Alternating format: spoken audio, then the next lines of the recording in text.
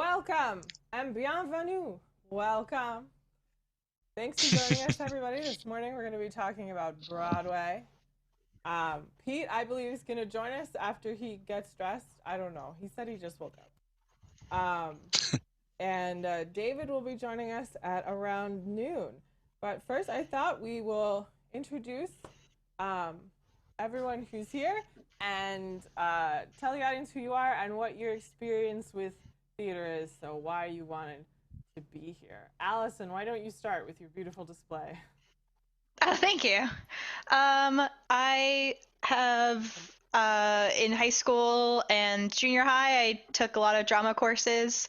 In college, I did some like one-act theater festivals, and I was technically on Broadway one time. Technically, I was in a Broadway show, so I could tell you that story in a little bit if you like. But yeah, I am definitely a lot more of a viewer of Broadway shows. I lived in New York up until about 2 years ago, and this is not even the start of my playbills. I brought almost all of them out, but I still have a stack here and a stack at home. The one I've seen the most is Beauty and the Beast. I think I saw that maybe about 15 times or so on Broadway, so that's definitely my favorite show. But yeah, I'm very excited to talk about some Disney shows on Broadway today. Awesome. Thank you, Allison. Spencer? Hello from the other side of the planet. I started acting, I was 6 years old. And I loved theater so much. It was a great outlet for me for being an antisocial kid.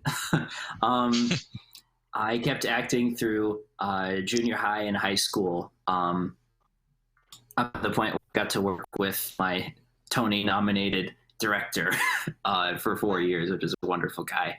And now that I'm in Japan, I'm not doing theater because there are no roles for people who only speak English, mostly.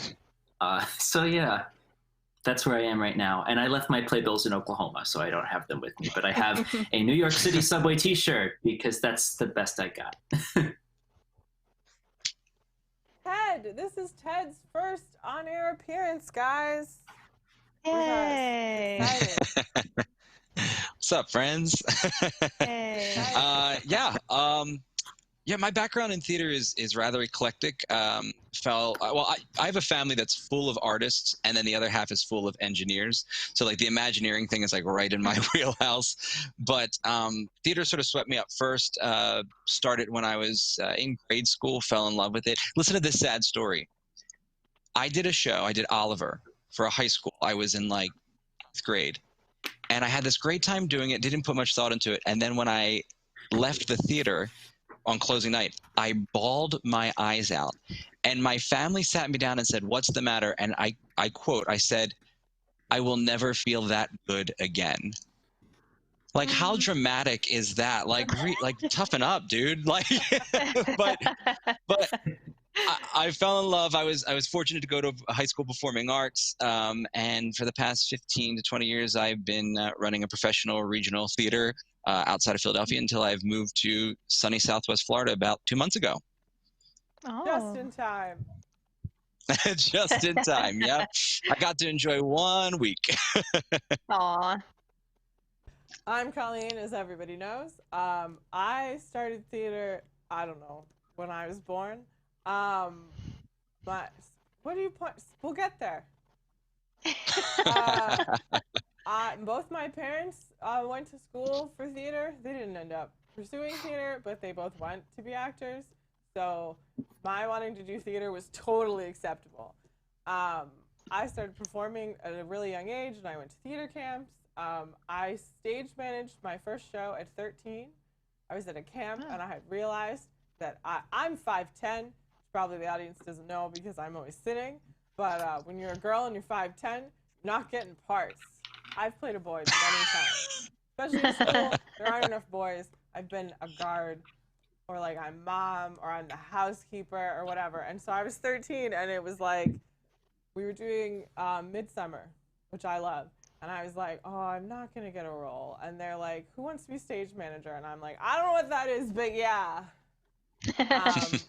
And I stage managed this show, and all the teachers were like, Colleen, this is it. This is what you were born to do. I was like, okay. And then that was it. And I stage managed ever since. And I was trying to be really practical when going to school. I was like, I shouldn't do theater. I should do something, you know, real where you make money. And my parents, are the weirdest parents in the world, are like, you should do theater. You like stage managing. So I went to a theater conservatory, Shenandoah University.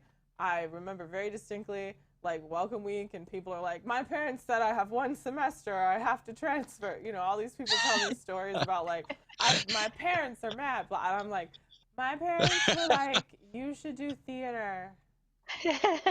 I started as an arts management major because that's practical. And then I was like, this is boring. I miss shows. So I was actually Shenandoah University's first stage management major. I was the first person to transfer in the program, and I made sure I was the first person to graduate. I was in the front of that line. And I've done theater my whole life. So before working here, I worked as a production manager outside of DC, and I've worked as, you know, stage manager, assistant stage manager, backstage crew, graduating. Sometimes you work at the mall because that's what you got to do. But that's, yeah. Such a huge step down for you. So basically, I'm a wizard. That's how I do this job, as I'm stage managing Tom, who's a production. Almighty stage manager Colleen, the chat says you are too quiet. The chat says I'm too quiet every day, and I don't know, guys. Like, I'm turned up all the way. I'm not quiet. I don't know. Oh, just talk like this. I'm a stage manager, chat. That's my point. But we have a special guest Also, today. the chat says... What? Oh, okay. We have a special Oh, no, the guest chat's today. just making jokes. Everybody, this is my husband, Rob. Yay! He's real, unlike Tom's girlfriend in Canada. Rob, tell us about yourself. I promise I've real. He does. He's legit. So, That's why I made him come. I started theater. My exposure to theater was actually surprisingly through my accountant and computer programmer father and my mother, and they ran a sort of like children's theater-esque thing through a church when we were growing up. My sister is the performer of the family. I tried performing a couple times. I had no interest in continuing at all. I got so uncomfortable and nervous all the time. So I learned how to run a soundboard at the age of like 8 years old. And I learned how to, I did my first like lighting work. Hey, honey, stop. What? Because your microphone's way low. Okay. So you're going to have to start over.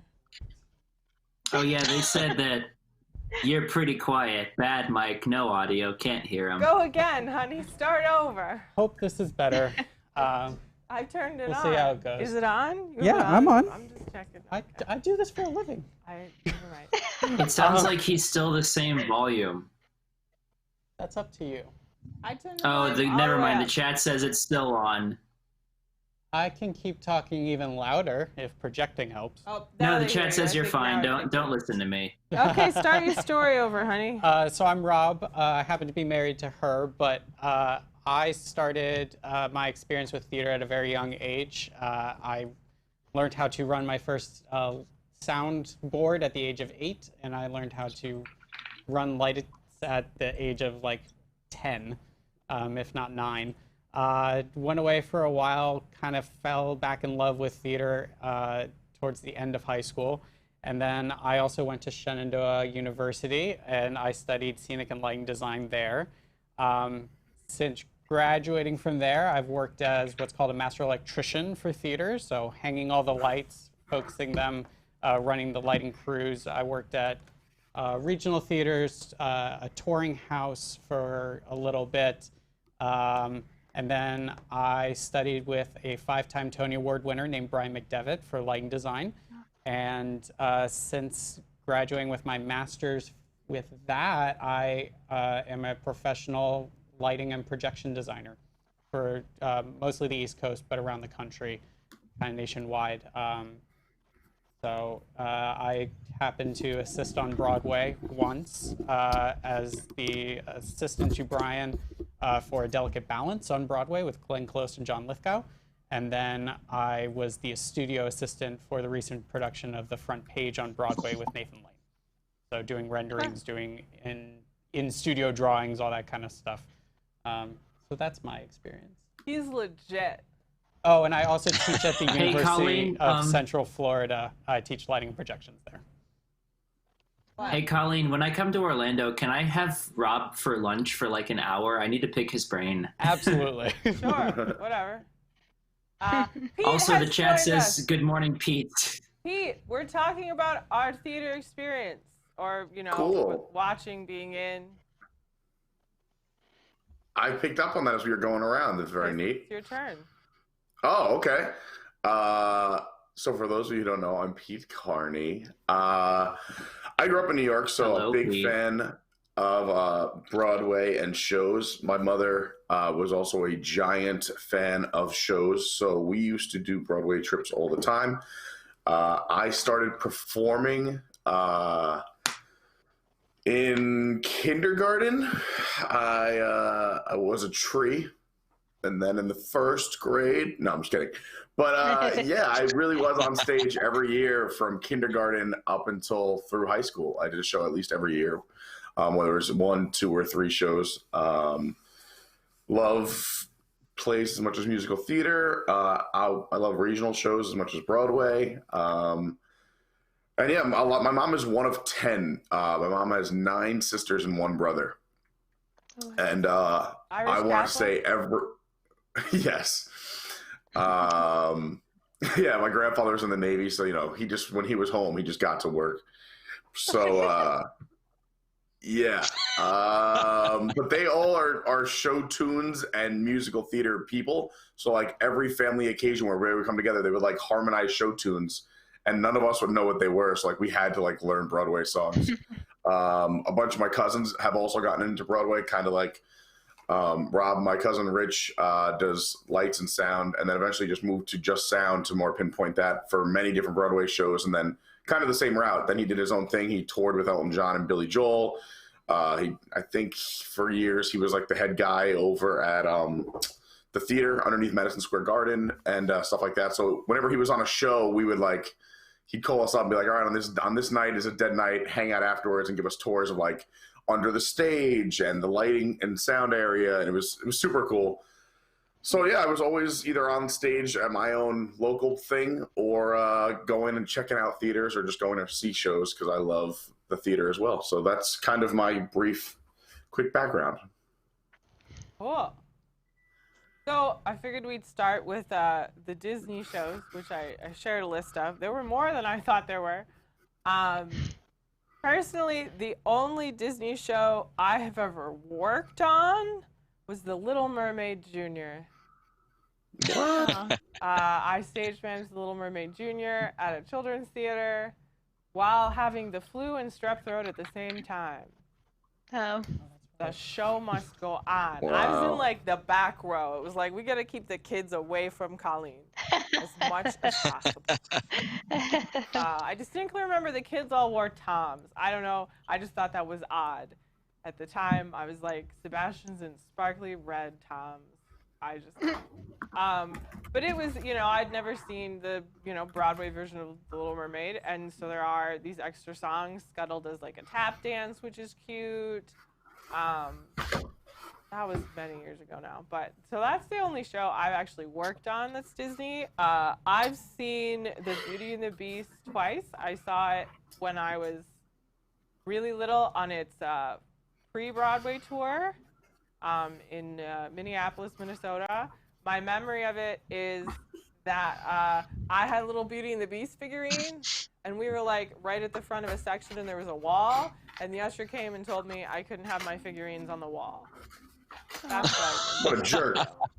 and then we saw it on its post-Broadway tour at the Kennedy Center. And I always loved Beauty and the Beast. Although now I will say I looked at like a picture recently and I was like, wow, those costumes are dated. But that's it's a really cool show. If you've never listened to the Beauty and the Beast score, you should, because they have a lot of extra songs that are really great. They added good songs, and they should have just added those songs when they made that movie. And honestly, I think that's it. I don't think, definitely not professionally, I haven't seen any of these other shows. It's sad. Beauty and the Beast, yeah. It's a good show. Let's see. I can relate on Little Mermaid with you, Colleen. That was the last musical I did, because that was my senior year of high school. We did a surprisingly elaborate production of The Little Mermaid. The tap dance is really cute. I had a lot of fun with that. Positivity, that's a good song. I'm kind of in the same boat. During the last few days of our run, I got strep. And so what happened was we had the Friday, and then we had 2 shows on Saturday. It was a new thing that we were trying. So I kept having, I had either my best friend / girlfriend or my mom like running out to get me tea, like hot tea from Starbucks every like 45 minutes, because there wasn't a kettle at the school, and I needed something with honey in it and something warm to keep my throat going, because I had lines that I had to shout and I had to sing.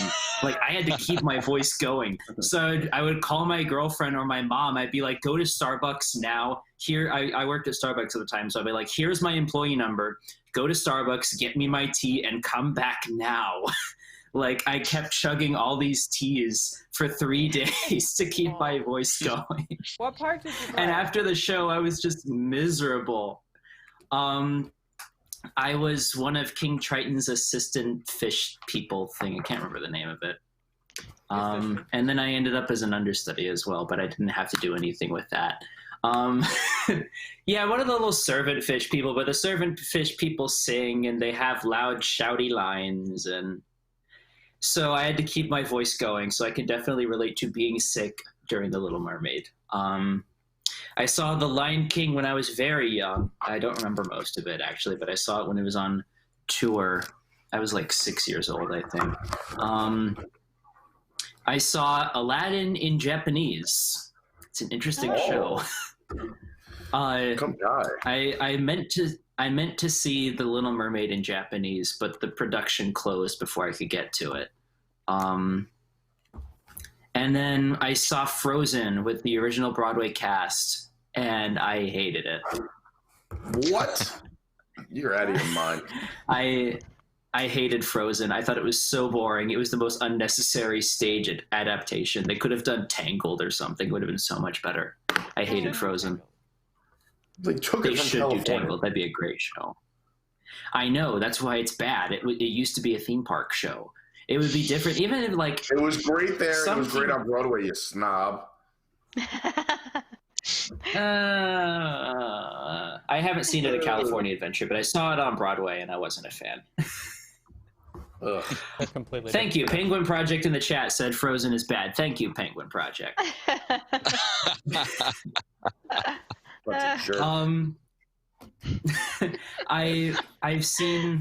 I've seen video of Beauty and the Beast. I liked it. Like I've seen a few of these shows on video or on. Let's pull up the list real quick. I saw Mary Poppins. That was one production that I regret not auditioning. Peter and the Starcatcher is a fantastic show as well. I love that show. Hunchback absolutely deserved to be on Broadway. Like, there's so much to talk about just with Disney in Broadway. This is like, when they started doing the Festival of the Arts, I was like, this is the best thing ever, because there's so many shows that I'm not going to get to see or have closed. Tarzan's just in Germany now. And, I'm like, these Broadway singers are coming to perform just for me. And you know, it's really cool because you get to, you know, the original Mary Poppins, the original Bert, and the original Tarzan, and the second Tarzan. You know, they all come and they sing songs from these shows, and you know, I love that. It was like, because I'm never gonna get to see Tarzan, but Tarzan is coming and he's singing for me. And there's a few of these shows I feel like could do with a revival. I think now that they've reworked The Little Mermaid so it's less of a garbage fire than when it actually was on Broadway, I think it deserves a second run. No, seriously, like if you listen to the OBC for The Little Mermaid, it's such a bad show. And if you look at any of the videos that they've released of the show when it was originally on Broadway, it's just bad. And if you see the reworked production or you've been in the reworked production, it's so much better. It flows better. I really wish they would revive that show. Yeah, that's just a little thing I had after being in that show and seeing both versions. I really think they should revive Little Mermaid. We can get back to that later. Pete, Yeah. yell at Spencer. How dare you? Listen, Spencer, you know, clearly is a Broadway critic, doesn't appreciate live theater, and doesn't like when people sing and bring joy to thousands and millions of people. So it's fine. Go to hell. It's fine. I can't. I agreed on you with Billy Joel. We spent 3 hours on Party with Fine. Pete together. I thought we Fine. had something special. And I thought you had good Billy taste Joel talking about musical? how great Billy Joel was, but it's fine. It's fine. Moving Out, right? That was what it was called, right? Oh yeah, I've Billy never Joel was actually on seen that Broadway as show. well. Yeah, with Yeah, that was a jukebox. What's her face? Forgot who did Twyla Tharp. It was, yeah. yeah. Twyla Tharp did, yeah. Who wants to talk next? Disney shows. Allison, show us your collection. Sure. So like I said, it's not all of it. So I have seen Beauty and the Beast, like I said, probably about 15 times. Aladdin, maybe like 2 or 3. Mary Poppins Sweet once. Jesus. Yes.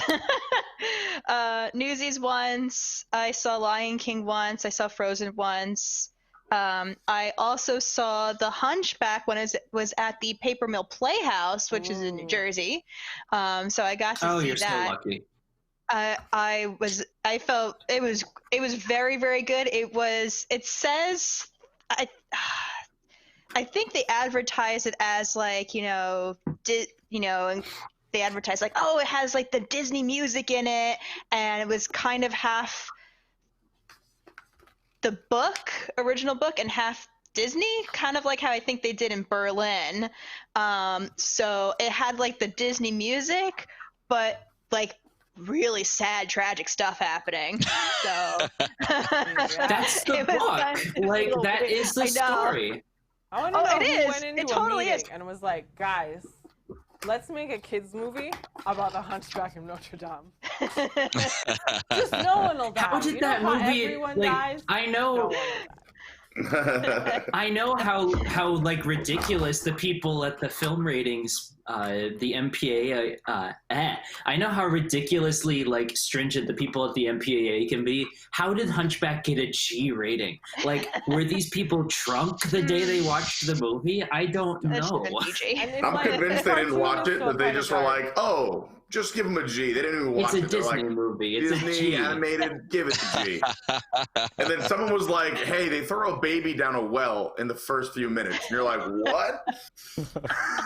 Also, there's like a whole song about lust and how much he wants to get with this girl, and the guy like gets thrown in. Yeah. And That movie. Hellfire, Yeah. and it like surrounds him, and there's like Hellfire. demons like around him. Yeah. It's intense.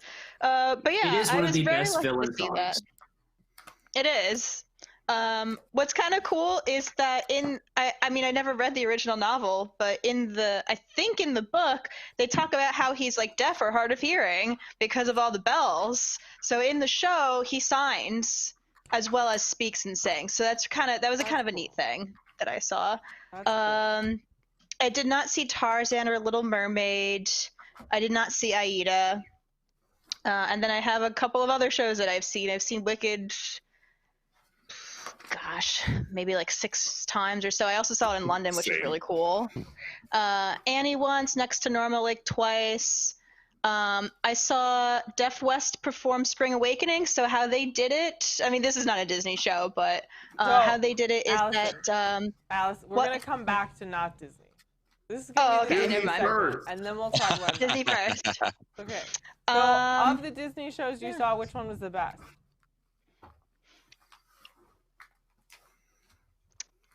Gosh, I liked Beauty and the Beast and Aladdin the most. I thought they were extremely well done. I also saw Aladdin with Jonathan Freeman, who was the original voice of Jafar in the movie, and he was Jafar in the show, That's cool. which was very, very cool. Yeah, that's pretty cool. Oh, that is. And I cool. saw a lot of like, you know, a lot of celebrities did some roles in Beauty and the Beast. So I saw like what's his name? Osmond? Something Osmond? Donny Osmond. He was guest on. Donny Osmond. Donny and Marie. Yeah. Yeah. He was guest on. That was a lot of fun. But yeah, Aladdin and Beauty and the Beast are my favorite Disney shows on Broadway. I like Beauty and the Beast. It's a good show. The songs are beautiful, and you know, it's a really good adaptation and expansion on the movie. You know, sometimes. Yeah. Oh, the chat says that Jonathan Freeman is still on Broadway, actually. Well, He's not never left. now. Well, not now, obviously, but he's still cast in the show. Oh, cool. That's cool. It's Yeah. just Know him. that. Just him. He's alone. It's a one-man It's a show. one-man Right. show. It's very sad. Yeah.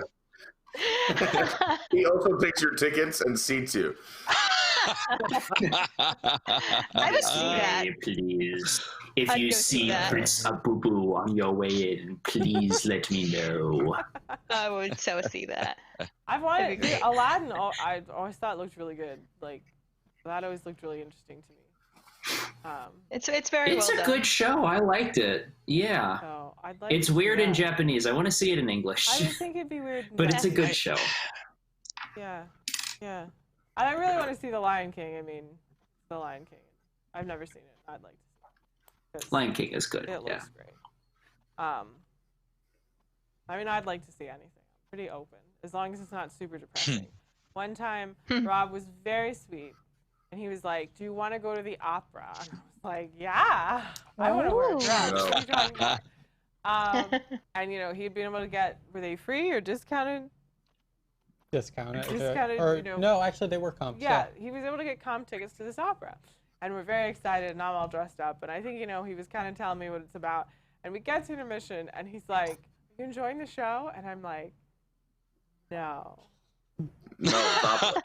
I'm like, "This is a show about a nun who's like befriending a guy on death row. And the beginning of the show, you see him gruesomely murder people." And I was like, "Honey, it was very sweet, and I very much appreciate you taking me to the opera, but did you think I was going to like it?" I will ask him, you know, when he's doing a show, and he'll be like, "Do you want to come watch it?" And I'm like, "Is it happy?" He's like, "No." And I'm like, "Then no, not really."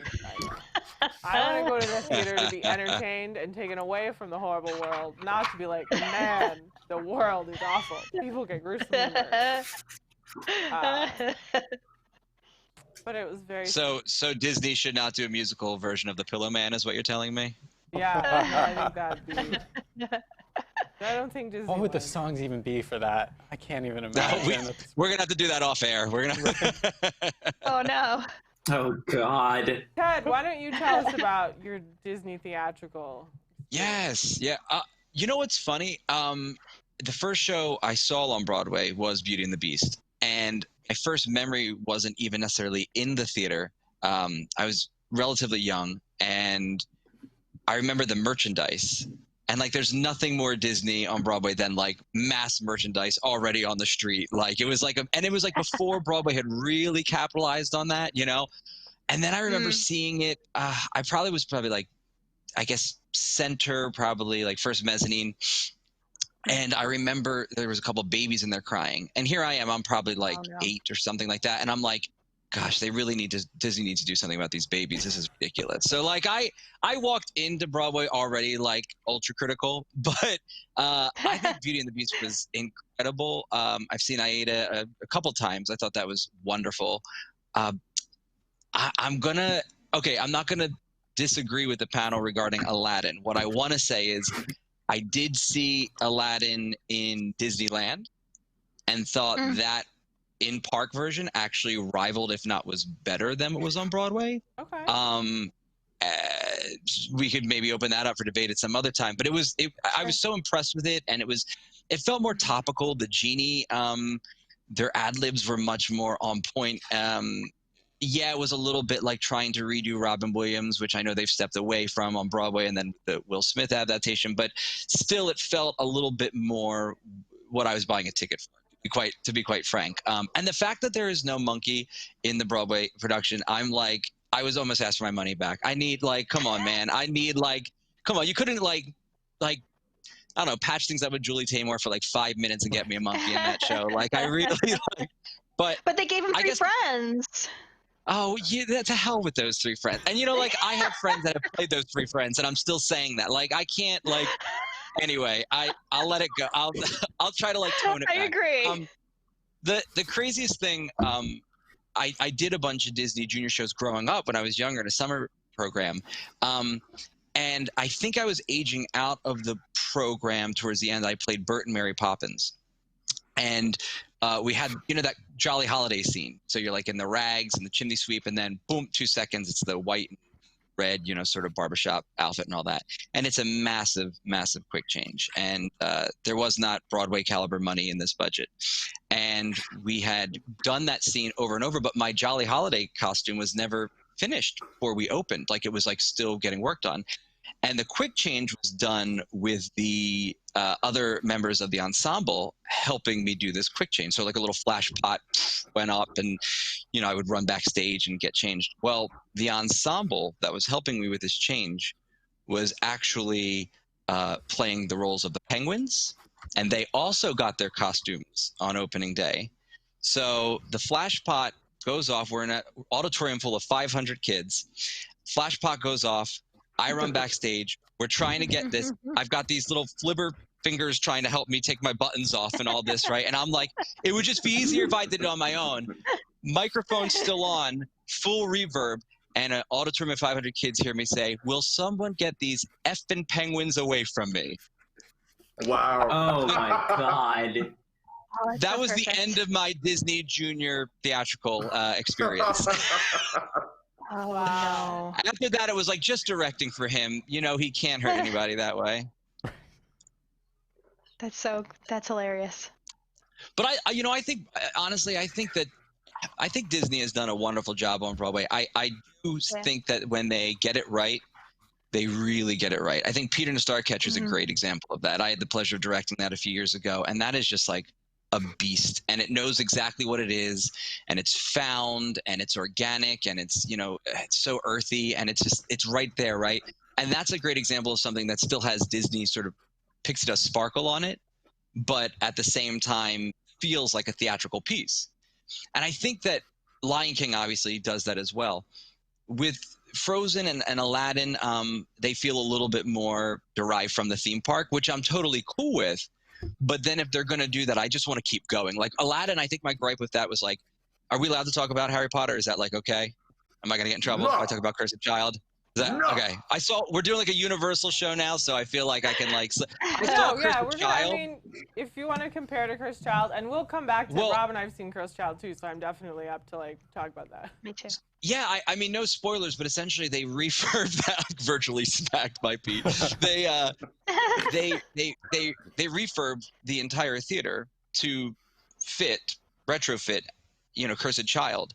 And so when I walked in there, whether it was Hogwarts or just the world of Harry Potter, the universe, I felt like I was in it. I wish when I saw Aladdin, the whole theater felt like a sand dune. I wish that the carpet was, I feel like that would have made me feel sort of encapsulated like I do when I go to the park. So I think that when they knock it out of the park, they do. There's been a few misses, but for the amount of stuff that they've put out there in a relatively short amount of time, I mean, they own Broadway, man, Yeah. Pete, it's your turn. All right. Have we talked about how Disney on Broadway was founded by Ron Logan, who was at our Stage 89 last year, which We is did super not. cool? Hey. That he was at our event a year ago, this week, and he founded Disney on Broadway. Like, super cool. Wow. Anyway, and if you haven't gotten a chance, he talks about it a little bit if you want to go watch it on our channel. So, shows I've been to. I put them in order for you. Let's take a little walk down memory lane. All right. That's a neat binder. Does he have playbills? Oh, Yes, of course. The official It playbill says binder. Playbill on it. Wow. need that. You're Oh, yeah. I don't mess around. Beauty and the Beast. My first Disney show. And what a show it was. It was incredible. I loved it. I wanted to play Lumiere. I'm also one of those people who picks a character that he wants to be. I could see you as Lumiere. Oh, who did Be so much good, fun. yeah. It's okay. It's okay, Pete. I I did the wasn't same sure thing. if this was Disney, but I mean, Peter Pan's Disney, and Finding Neverland was pretty much a Peter Pan story, but whatever. Oh, such a good At the show. Lunfontaine, Little Mermaid, Mary Poppins, Aladdin, and then I don't have my other ones, but I've seen Frozen. I've seen what is the other Disney one? I don't know. I loved Aladdin. Aladdin was probably the most recent. No, I guess Frozen was the most recent. But yeah, I don't know. I think Disney on Broadway. There wasn't a show I didn't like. My favorites, I think, were Beauty and the Beast because I was most impressionable. I saw it as a kid and then later on again as an adult. And I don't know, that touched a chord. Also, I think it was like I saw Beauty and the Beast on stage at Hollywood Studios when I was like 8. So then seeing it again on Broadway, I think kind of brought up all those feels. So I don't know, Beauty and the Beast holds a real special place in my heart. I'm wearing a Lion King shirt, but I still haven't seen it. It literally makes me upset. I can't even walk. Like, I used to work in New York City. I would hate walking through Times Square, seeing all the Lion King signs, knowing I haven't seen it. I was like the biggest theater nerd out of my friends. My mom rubs it in my face that she's seen it like 6 times, and I haven't seen it yet. So hopefully I'll see the Lion King. I feel like that will take over. It's my favorite because I like the Lion King as a movie more than I like Beauty and the Beast as a movie. I don't know. So yeah, that's kind of my Disney Broadway history of seeing shows and whatnot. I didn't even know Disney Junior shows existed until you put it in the chat the other day. I was never even made aware of that as a human being. So Yeah, they're that's super shortened cool. versions for kids to do. You know, I Yeah, think that's in Disney super Junior, cool. there's like different levels because there's like Disney Kids and Disney Junior, and then like High School Musical, which they do in high school. I'm so Yeah. thankful that my high school theater director despised High School Musical because we never did it. The rest of us were all out of high school, I think. So Pete, so you saw Frozen. How did you feel about Frozen versus how Spencer feels about Frozen? Excuse me, I'm just having some breakfast Why? here. Why are you doing this, Colleen? Why? No, listen. Why Here. do you do these things to me? This is the beauty of Broadway, right?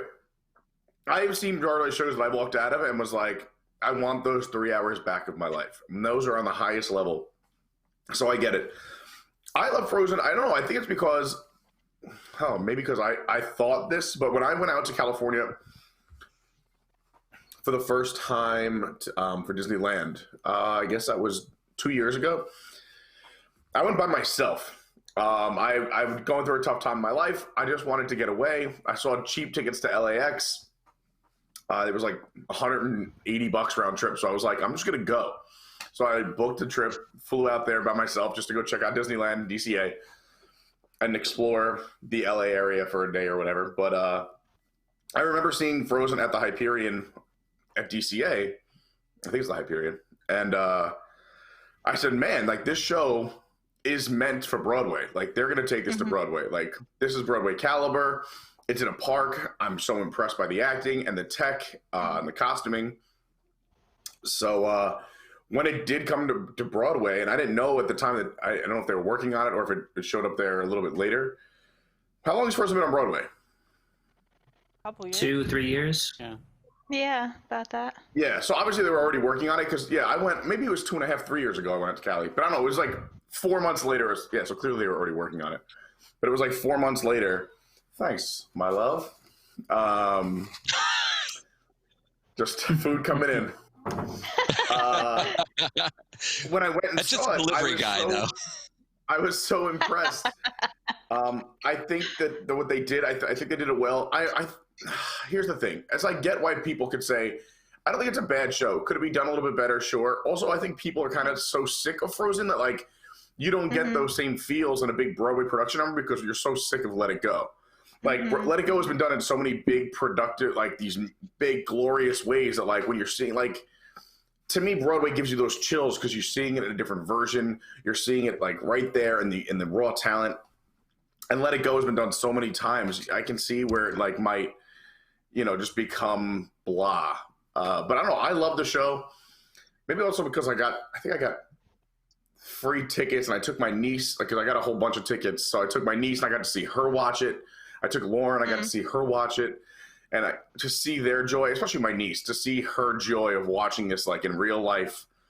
And, you know, her keep turning to either me or her mom and saying, like, is that real? Is that the real Elsa? Like, you know, and everything else. Like, it was super cool. So I don't know.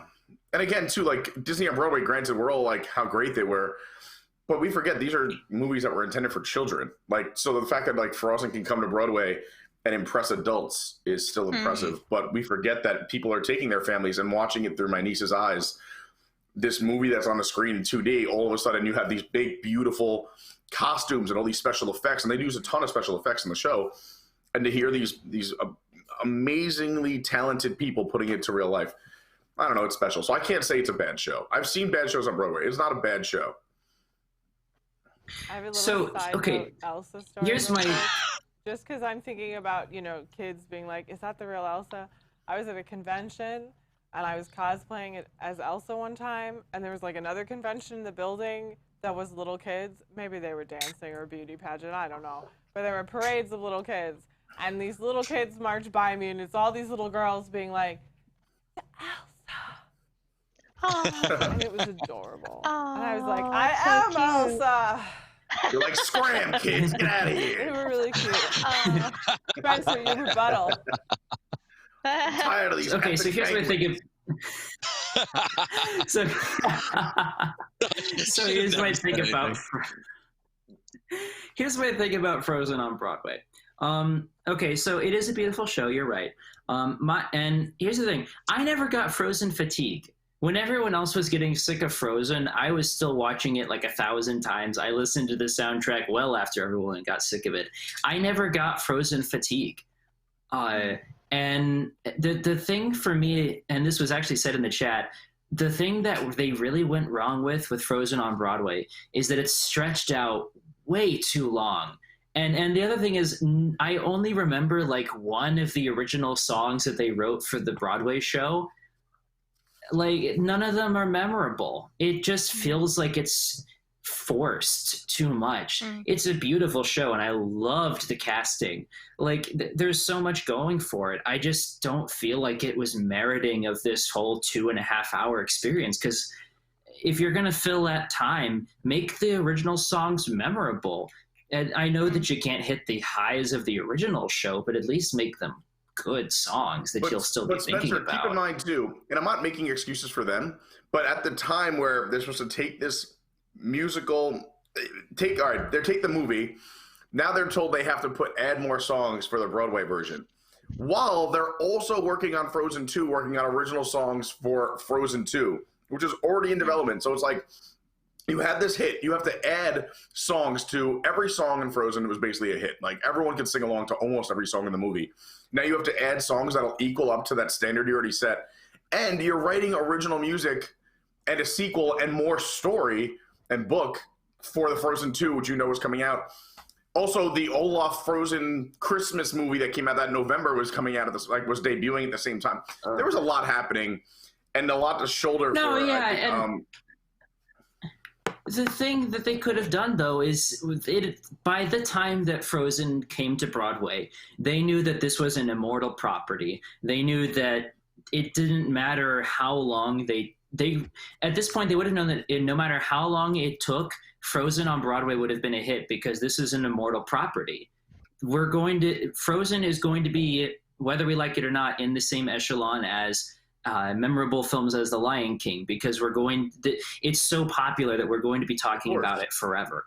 Yeah, so at this point, they know that it's a guaranteed hit. They could have easily waited until they weren't as busy, or they could have put the two movies together into one show. I agree with that. Like, there's so many different ways that they could have handled the musical. They just rushed it to Broadway, I feel like. And that just wasn't the right creative decision, I feel like, to make it the best show that it could have been.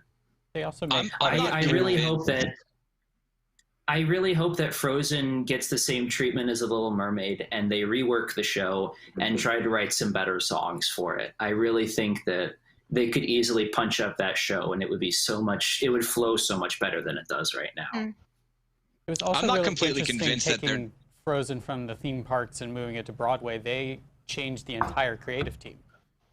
There was not a single designer who stayed from the theme park to Broadway, and that's even bringing in professional designers. Like, these were Broadway designers they brought in to do the Hyperion show, and the quality and everything like that, but they actually made the conscious decision to separate them very intentionally in their styles.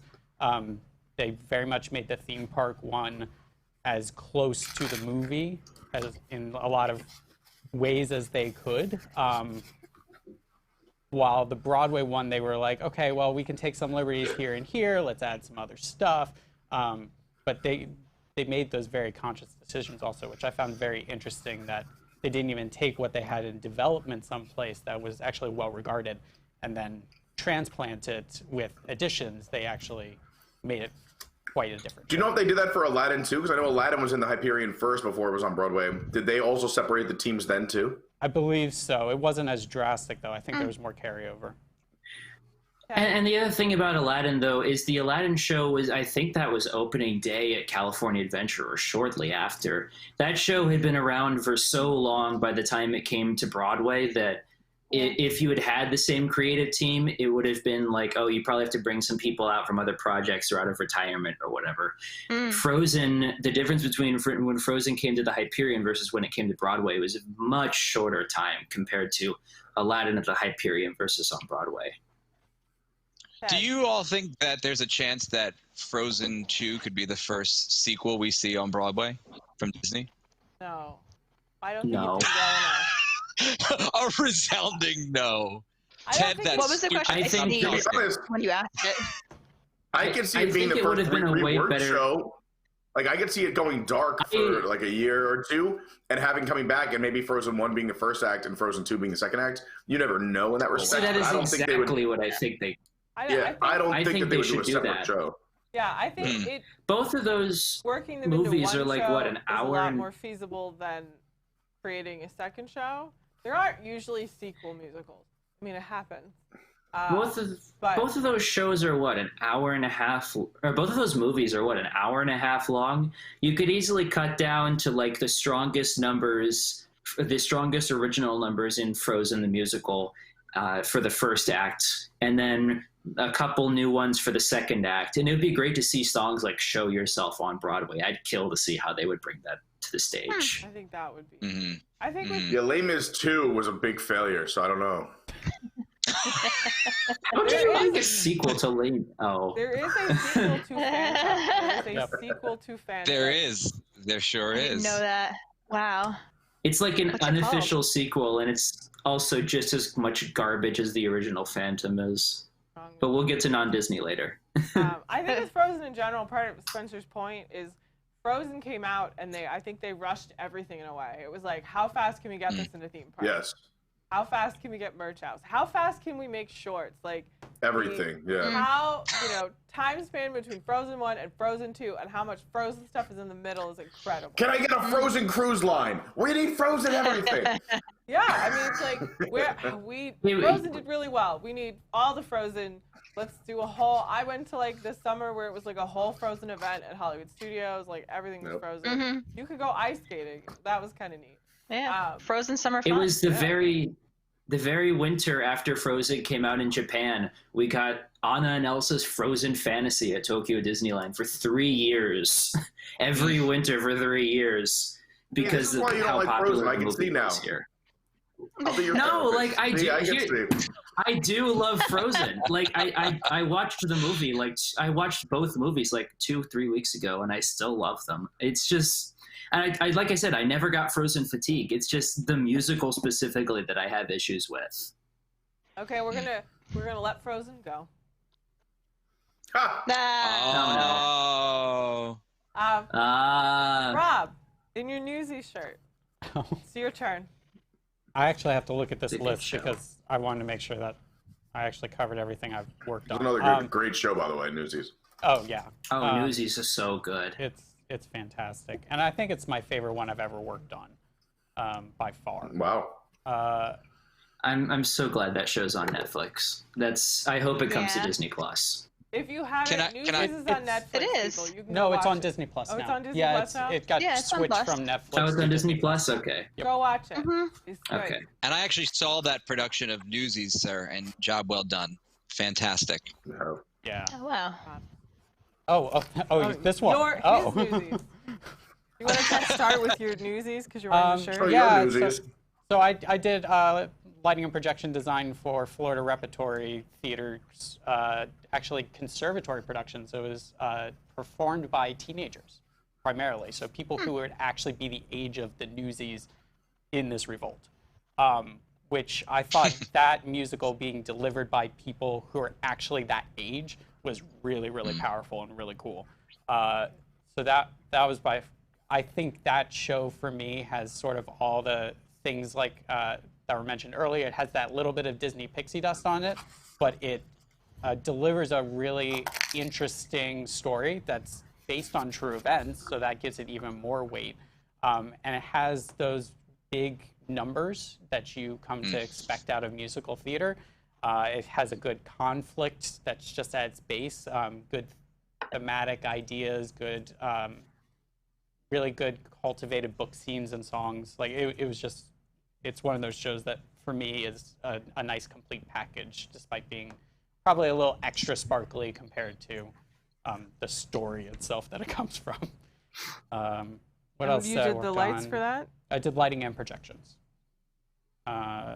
So I've assisted, or I worked on Beauty and the Beast as an electrician. Currently, I'm actually supposed to be working on it in July as the assistant. Fingers crossed. We'll see. It's been delayed twice now. I love it when he gets paid. So That's good. But Beauty and the Beast, absolutely. That's one of Disney's top tier musicals by far. I've designed the High School Musical junior version. I've worked on the Aristocats junior version, the Little Mermaid junior. I designed my son Pinocchio junior, and I've worked on Winnie the Pooh. So I haven't gotten to see as many of the Broadway adaptations of a lot of these, just because of where we've lived or situations like that. But I've caught some of that through, slowly they're pushing out some of these like Broadway HD recordings and things of that nature. The Netflix recording for Newsies was huge. I think the fact that they were able to capture that live show in a recorded fashion that really does the live show a lot of justice was fantastic. And I think we're seeing more and more of that that's starting to come out too, which is great for theater and its exposure in general, but only when it's done well. And then, this is one that wasn't on the list. And I actually had to write it on. So Disney Theatrical has a show called When You Wish, which is basically a medley of, it's like 52 different songs, basically from most of their film songs and that kind of stuff. So I assisted on that last summer, actually. But that has Hercules, it has Moana, it has Jungle Book, it has Tarzan, and a couple other like big. It has some Beauty and the Beast sections, but it's a girl who goes to sleep and dreams. It's very similar to a cruise line show that they actually have, but she starts off in dreams and starts meeting all these different characters, and kind of has to work her way through all of Disney lore, combined with musical theater. But that was nonstop for something like 2.5 hours, with one intermission that is just back to back to back Disney big giant. Would you say it's like a modern day, like Into the Woods, like, because that was way back when, and they kind of walked through all the fairy tales? Yeah, is this like similar. walking through all the Disney movies? Yeah, more or less. And, you know, it didn't have a ton of storyline to it, I'll put it that way. It was very much Gotcha. how many big 11 o'clock Disney numbers can we stuff into one show? And Gotcha. do a nice It sounds like a loose cruise tie show. through. But it was neat to see Moana on the stage for, I think, the first time at that point. And I know that they're in the works of developing that, but those songs sung live and performed live, like, wow. Having a real orchestra, having real singers, and just hearing all of that, like, actually in your chest as you get all the sound waves and that kind of stuff. That's one I'm looking forward to seeing if they put into a full-fledged production at some point, because it has a lot of potential and it's a unique story, and it's certainly something they could market well. Moana's got Those are my top two that I want to see. Moana and Coco I want to see on stage.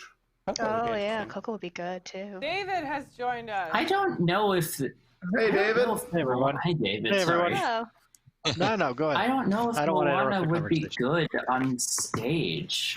I can't see that working on stage. how do you mean? I mean, we had everything from a motorized boat that looked like it was traveling around. They covered, what else songs did we do? This is where How far I'll go, I'm sure. yeah, How Far I Go was actually the end of Act 1 for When You Wish. And, you know, buttons into blackout with the big crescendo at the end of that number, and her just belting I Am Moana. And that was pretty epic. I am Moana. Yep, it was pretty epic.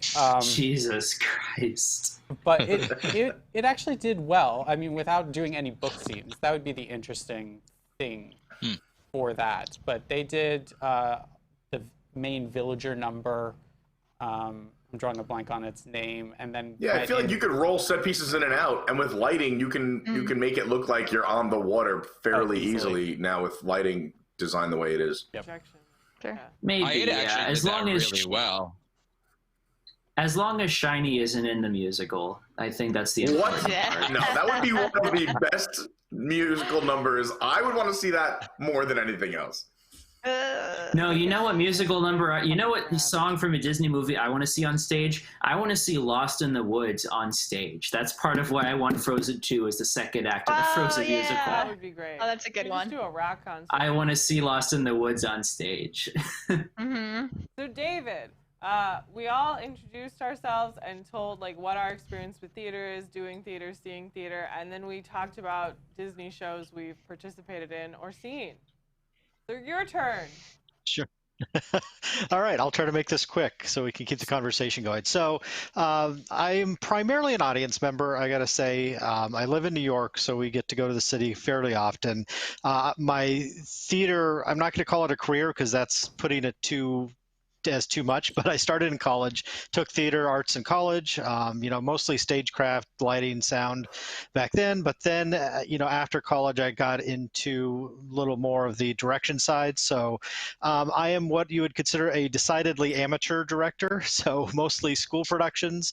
As the kids have gone through their various courses, I've worked with the school district to be involved with the drama departments at the various schools, and I've helped with shows. I've also fully directed a number of shows. Shows that I've worked on personally have, started with 101 Dalmatians, the Disney Junior version of that. Also worked on Wizard of Oz, Beauty and the Beast. We just did Lion King this year, Lion King Jr. I've also worked on Heidi Chronicles and Grapes of Wrath. So, but again, this is all just really amateur productions, not even not even classified as regional. So I don't want to paint myself in too big of a picture here. But in terms of, as audience member, we go to Broadway probably once a month, every other month or so, try to see as much as we can, and really have enjoyed it all my life. Have you seen Frozen? That's super cool. Yes. Oh God. Yes. What did you think Yes, of I Frozen? have. It's been a Why do you great keep doing Frozen this? debate. So what did you think of Frozen? I was on the negative side of Frozen. I didn't think that it would work Thank you. before they put it on stage. I thought that trying to convert it into a 2-act story just didn't make sense to me. You're taking a very well conceived 3-act movie and trying to compress it in, and it felt, I almost felt like if they put that on ice, it would probably be appropriate.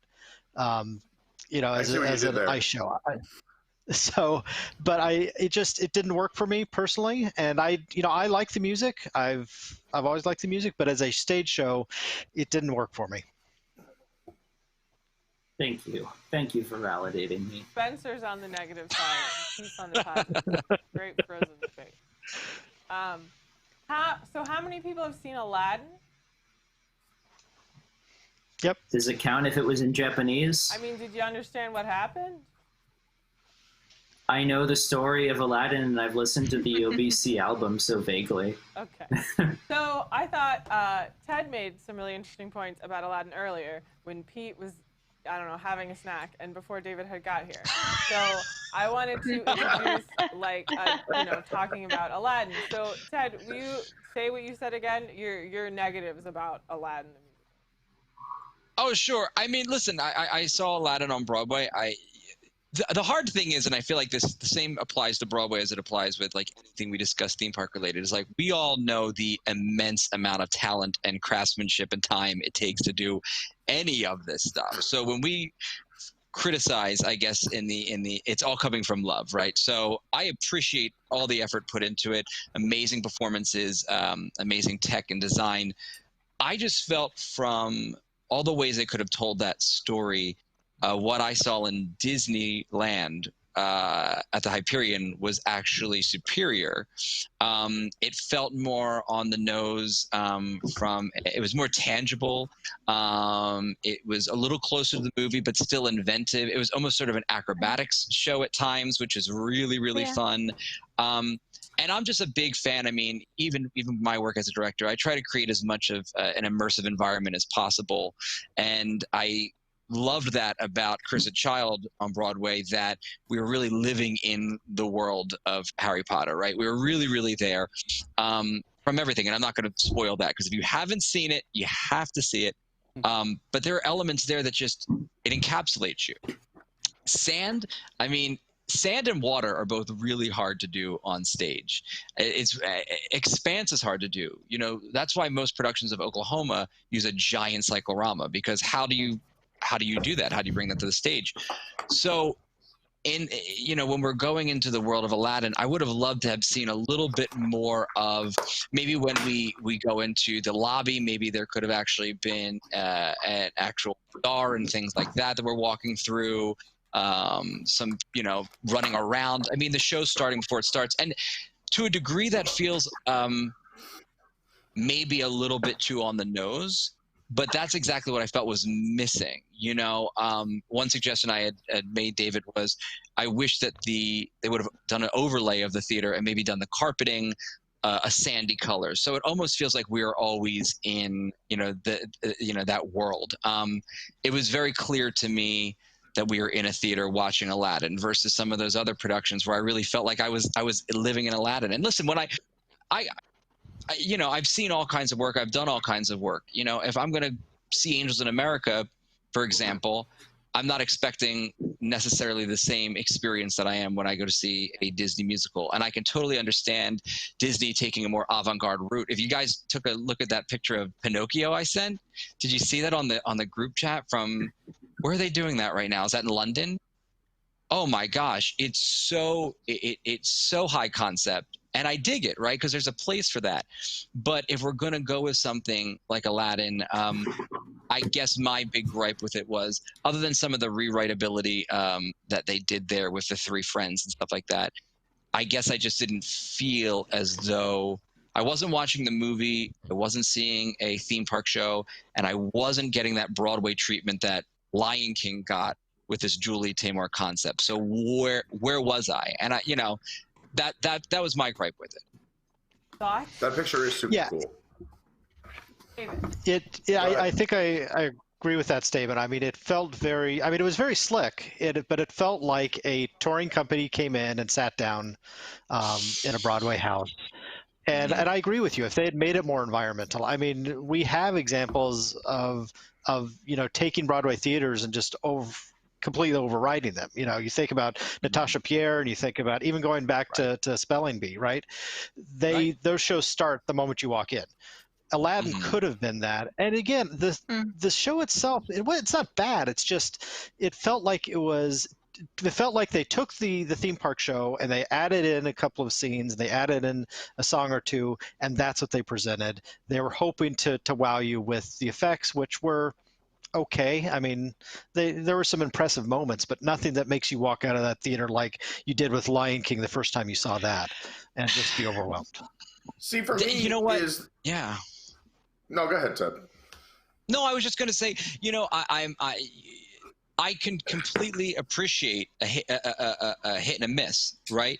I saw Spider-Man, okay? Oh, God. In my opinion, big miss. I actually know some people, I've worked with some people who have worked on that. Yeah, okay. You truncate that into 90 minutes, use the same score, you throw it in Las Vegas, I'm there, I'm loving it, right? But it just didn't translate. But I give them credit, aside from how they handle some of the situations there on the tech end and and all that stunt end. I appreciate that they just made a choice and were like, we're doing this, we're going for this, which I think Lion King did. And I didn't see that. I felt like Aladdin was very safe.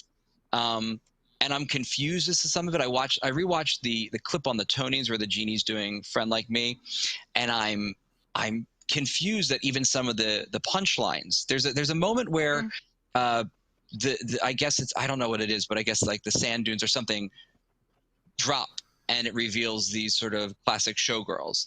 And they're four, but it happens so quickly that your eye doesn't even really capture what's happening. And then the genie does an aside to us and says, "You're welcome," as if like you're welcome for us showing off these, beautiful, dancers and singers and stuff.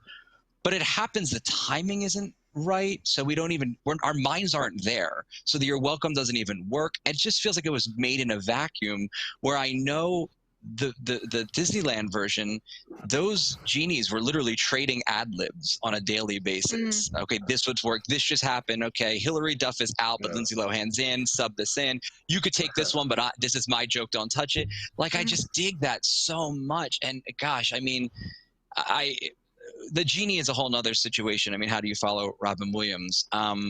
Despite the fact that the gentleman that took on that role was, immensely talented, but it just felt like it was written, put on a shelf, then went on Broadway, and what it was on the shelf has lost its relevancy. And so now it's sort of like, oh, there it is. So I'm a fan of go big or go home, in my opinion. See, but just not to circle back to Frozen, but I also was a fan of the Hyperion version of Frozen more than the Broadway show. I thought the Broadway show was good, but I actually liked seeing it in the Hyperion better as well, to your point with Aladdin. For me, the reason I didn't, I guess, have as much like beef with Aladdin on Broadway is I didn't know anything going into it. And when I saw it, I said, oh, they're doing and again, I don't remember it exactly because it's been years now since I've seen it. But for me, I thought it was like more of a genie telling the story of Aladdin, where you're like more jumping in and out of stories that he's telling you the story of Aladdin, more of like, oh, I'm seeing I'm seeing the movie on stage. I didn't put that there, so I didn't hold it to that standard. To me, it was like, oh, they're going to do these production numbers, they're going to take some shots and jokes, and they're going to build the whole show around this one larger-than-life character. And it's like, here is him coming in. And that's not how the show was done. It's not him retelling it, but that's kind of how I interpreted it. It was like, I'm just really here to watch this one guy perform, and he's going to tell me a story I'm familiar with. And I'm going to hear the songs I like, and I'm going to see some great dancing and some great acting. But to me, it was more of like, the show should have been, could have been called The Genie of Aladdin. And then you'd have been like, oh, right. And then like, oh, okay, that's the retelling. So that's kind of how I took it, and that's why I think I enjoyed it. Was like, after a few minutes, I was like, this is not Aladdin from the screen. This is going to be a whole different version, and I just kept an open mind. And I mean, I enjoyed the show, but it's not. I kind of immediately dismissed that this is going to be the Aladdin, the movie that I grew up with, that I loved. Do you feel like some of the, I mean, I'm looking at the effects, right? Because I'm waiting for that big scene, you know, when they're in the Cave of Wonders, right? And one of the effects, Aladdin falls to the ground and then lifts up, I think it's a menu or something to that degree. Like he lifts up something that the genie references. Like it would in the film, it would pop out of thin air. But it's really, it's nothing more than the actor falling onto the ground and then something being put there and him picking it up. Yeah. Which I'm a huge fan of, like old school, like magic and old school theater tricks. Like that is my wheelhouse. I dig it. You know what I mean? Show me the ropes, show me the strings. I love that. But a menu is a small thing.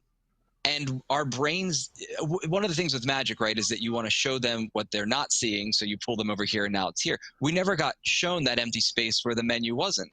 So that effect is essentially lost. So I guess, like, I worked on a show not that long ago. I wrote a show with my writing partner, Tim, and it's basically a 3D, 4D experience where it's almost a theme park show in a regular theater. So he's interacting with a 3D screen. The audience actually wore 3D glasses, and they're getting sprayed with water and this whole thing.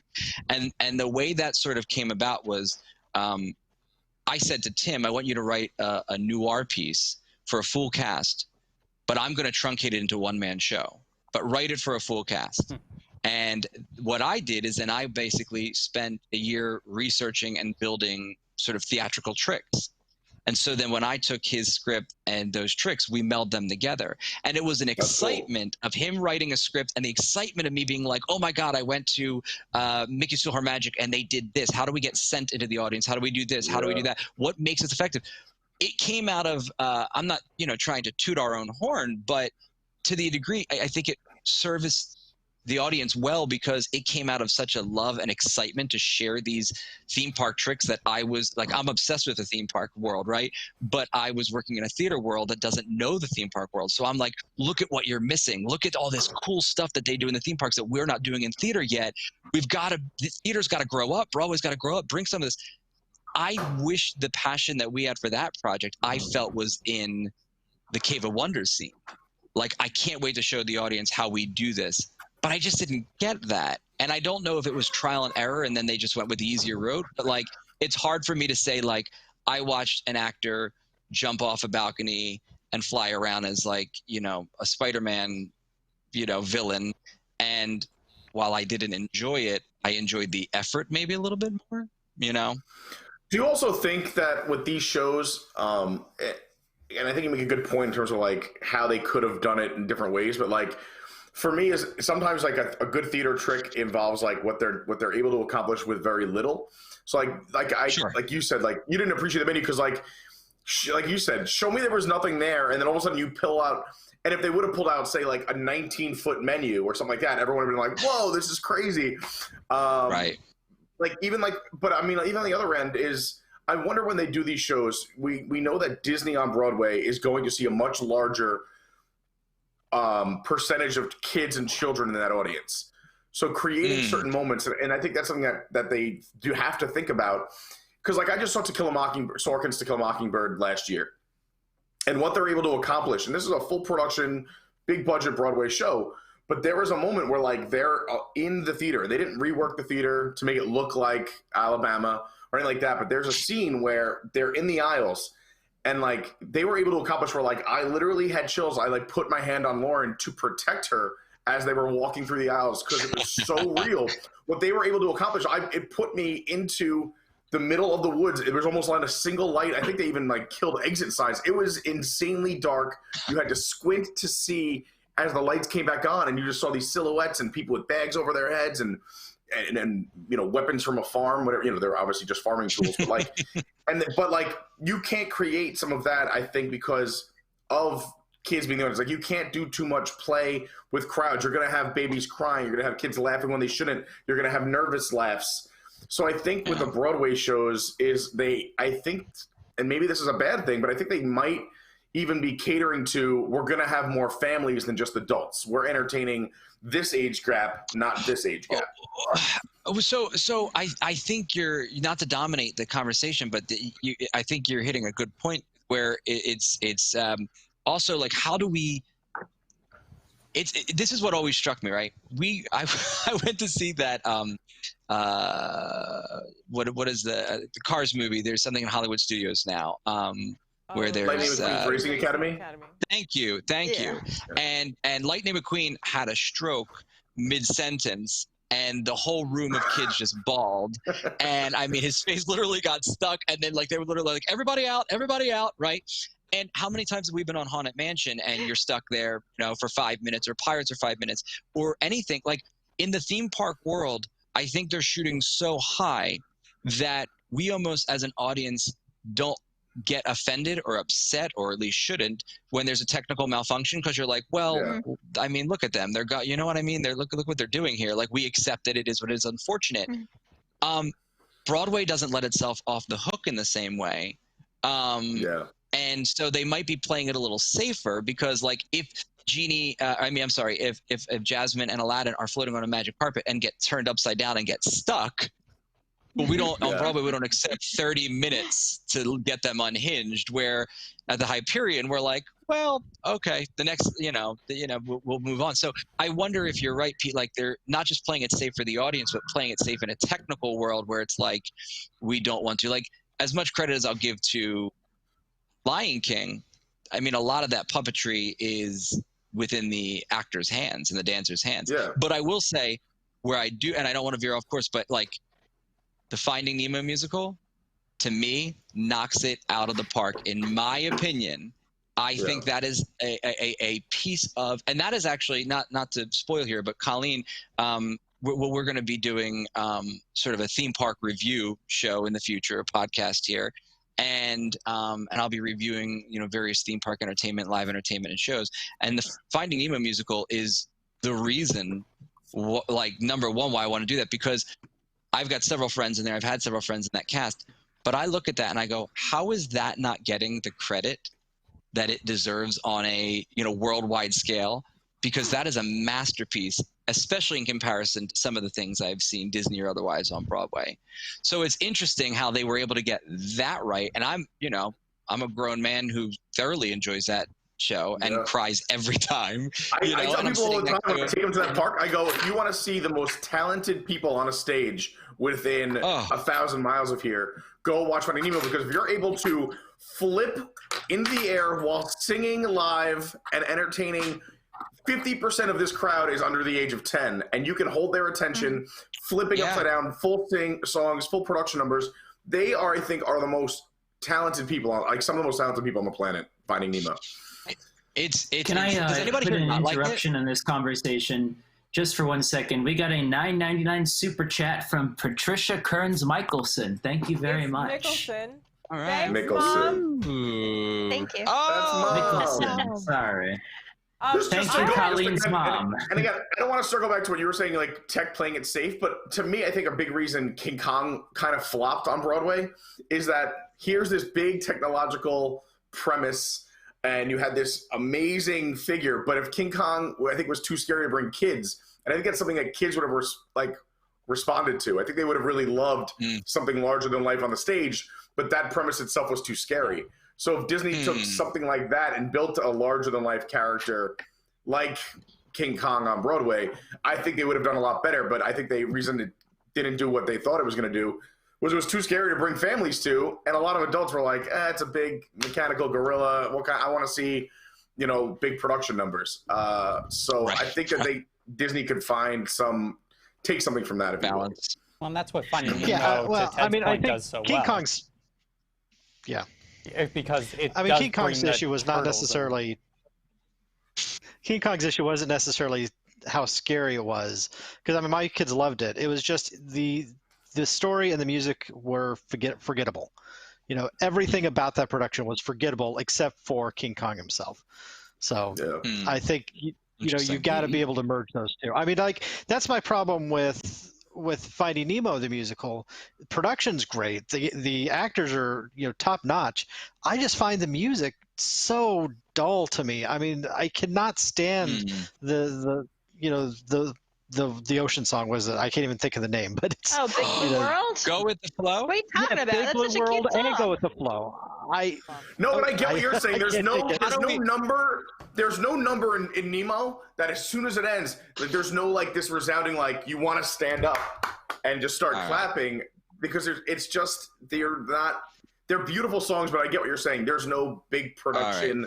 We're muting David and Pete right now. Hang on a second. No, I love it, but I get what he's saying. I believe me. I love the Finding Nemo show so much, but I totally get that. And I never thought about that. Yeah. There isn't that pizzazz. Wow, you know, like for me, there's certain Broadway numbers that when they end, I just find my body naturally standing up and putting my hands together. And I don't know why I'm forced to stand up and acknowledge. Like, I'm just like, no, we're all doing this, right? You do it every number though, which is a really. I do. They hate it. They're like, Pete, we love you coming, but please, enough is enough. So I had two quick things. So first, what Pete said about having kids in the audience, that's in professional theaters like Broadway, off Broadway, whatever. When they do Disney shows, that's the thing they have to like train the actors is that the audience is going to sing along with you. Yeah.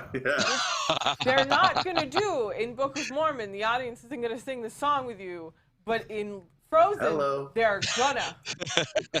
Excuse sing me. Let It Go. Hold on. I will totally sing along with the Book of Mormon. I will just do it quietly. Okay, yes. There's the difference between adults and children. Children are gonna full volume sing Let It Go with you. You need to be prepared as an actor that on stage you're gonna suddenly hear the audience singing the song at you. So then moving on to the next topic, but Finding Nemo the musical. So what shows, whether it be just a Disney movie or a production in the park or on the cruise ships or whatever, do you think would be good for Broadway? I've been on all of the cruises, and they did a production of Tangled. One of which, the scene in the cave is horrible, but I was like, you could fix that on Broadway. Like, they just don't have a way to have them be, like, underwater in a cave and drowning on a cruise ship. Yeah. And I was like, fine. It's a horrible, just really short projection of them, like, swimming, and I was mad at it. But they brought in, Broadway designers and everything to work on it, and it seemed really obvious that, like, you're prepping, you're testing the show to go to Broadway. And, things are cut out. The thing with the cruise ships, shows are usually about an hour. So it's longer than like a theme park show, but not as long as a Broadway show because you're still, it's like a theme park, floating theme park.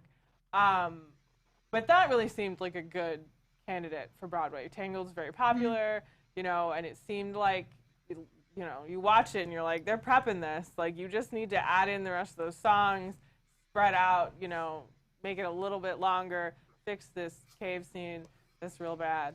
But like on Broadway, you could build a whole tower. You could do really cool things with that like you can't do on a cruise ship because the stage moves.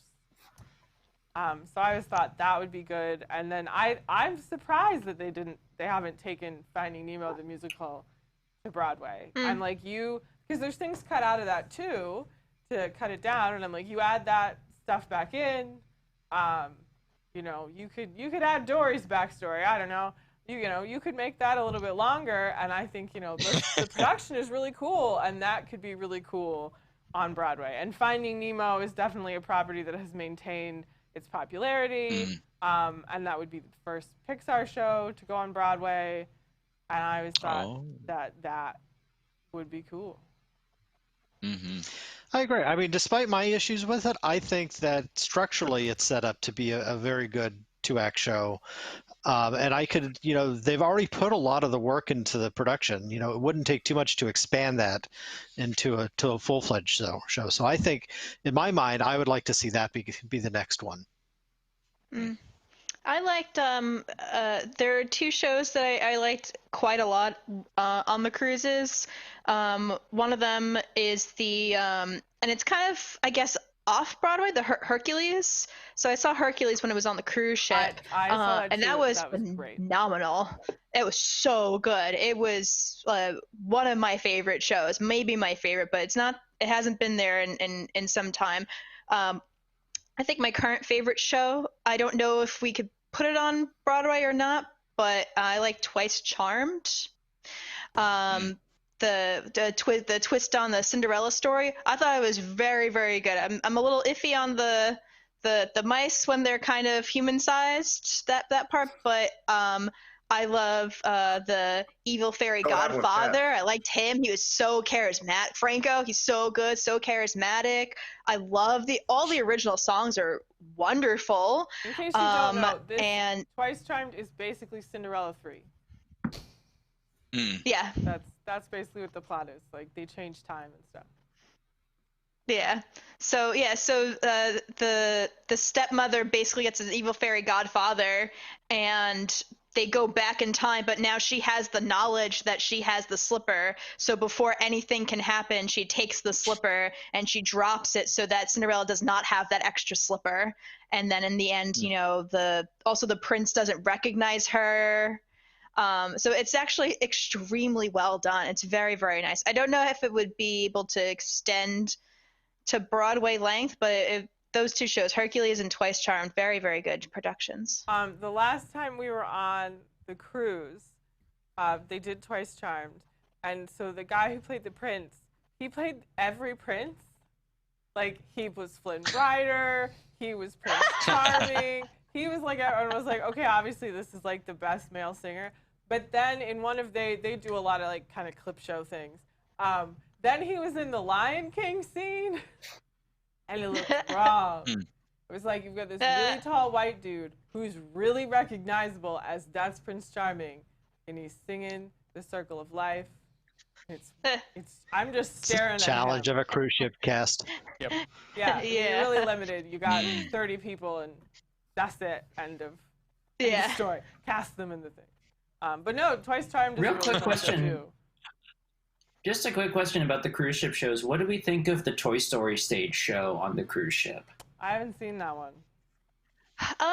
It was like, I know a lot of like my family and friends when we went on it, they saw it, they enjoyed it. I wasn't a huge fan of it, if I'm gonna be honest with you. Like, it was fine, but I didn't feel like it was very strong. For me, obviously Finding Nemo should be taken to Broadway. And we talked earlier about how I think that now that they've reworked Little Mermaid, that should get a second chance on Broadway as well. And I'm still going to be basic with the other one. I want to see The Hunchback of Notre Dame come to Broadway. Oh, me too. I really think that when they took it in the closer to the direction of the original book while still keeping it relatively family friendly, as much as that story can be. And they had such strong people for the original cast on the album and in the original show. It's so well done. The production value was excellent. I really think that deserved to have its time in the spotlight. I think that's a show that, even though Hunchback isn't a Disney property that you immediately think of anymore, I really think that it would be at least decently successful on Broadway, that it could run for a few years and people would see it. I would like them to completely rework that. I think they could be really successful if you didn't try to make that the Disney or the kids show that it was. It's just like rename it, call it. Yeah, take all the kid stuff out of it and tell an emotional story about this just call it Hunchback. You have great music, you have a love story, you have, and you have the comedic side of the other characters, but. Yeah, get rid of all the kid stuff. Don't try to make it Disney-fied. Tell a dark, really cool tale of Hunchback. But that's the thing. It's a Disney theatrical production. The kid thing is just you can't avoid that if Disney's producing the show and you're using the Disney music. Disney families are going to go see it. Don't make it a Disney show. That's what I'm saying. Even rename it. The families are going to go. The serious story. Yeah. What if you just called it Quasimodo? Don't expect Hunchback. But it's going to be based on that movie and our telling of it, but make it something else. I just also wanted to say I have to run, but this was a lot of fun, and enjoy the rest of the show, everyone. Us, Pete. Thanks, Pete. I love you all. Pete. Thank you. Bye, Pete. Come by. Yeah, man. Yeah, what Pete was saying was basically the Paper Mill Playhouse one that that I saw where it had the Disney soundtrack, it had the music, but it was dark. I don't remember seeing too many kids at that production, actually. It was mostly adults. Yeah, I actually saw that as well at Paper Mill. My folks and I went to go see it. I felt like it was kind of along the lines of what you're saying. I mean, I don't remember having a chuckle or a laugh once throughout that evening. Yeah. I mean, it was spectacular though. And didn't they have correct me if I'm wrong, Allison, didn't they have a local choral group or something like that was a part of it as well? I think there was. Yes, they did. having The background was the Greek like the chorus thing was incredible. Yeah. Yeah. It was Latin, they had right? like They were singing in Latin. Yeah, the Latin choir as well. Mm-hmm. It was very well Especially done. It was very nice. they were the gargoyles. I think they opened the show with like the Latin choir as well. Like at the very beginning with the Olim, they opened the show with that choir, and then they had the chorus, like a Greek play going through the show. I thought that was a great change. Yeah, that's right. The movie for Hunchback tries so hard to be both decently faithful to the original material, as loosely as you can say that, while also still appealing to kids. I really think that the Hunchback stage show went in the right direction with being more serious, being closer to the original. You hear more about Frollo's backstory with Jayon. Yeah. Like it's such a serious, emotional story, and I really feel like the Paper Mill Playhouse production doesn't get enough credit for how it really brought the show much closer to the original source, while still keeping that Disney feel to its music. I mean, I know that this is a show right now primarily about Broadway, but out of curiosity, I mean, there's a wonderful composer. His name's Frank Wildhorn. He wrote Jekyll and Hyde and The Civil War, and so he's magnificent. But Broadway critics didn't really dig his style. And for a number of years, he was writing for Broadway and couldn't get a break aside from one or two productions. And then I think eventually he went and moved overseas, and he's been writing happily ever since, because the audience is willing to accept his work because he's not Stephen Sondheim, and they're willing to accept that, and they go along.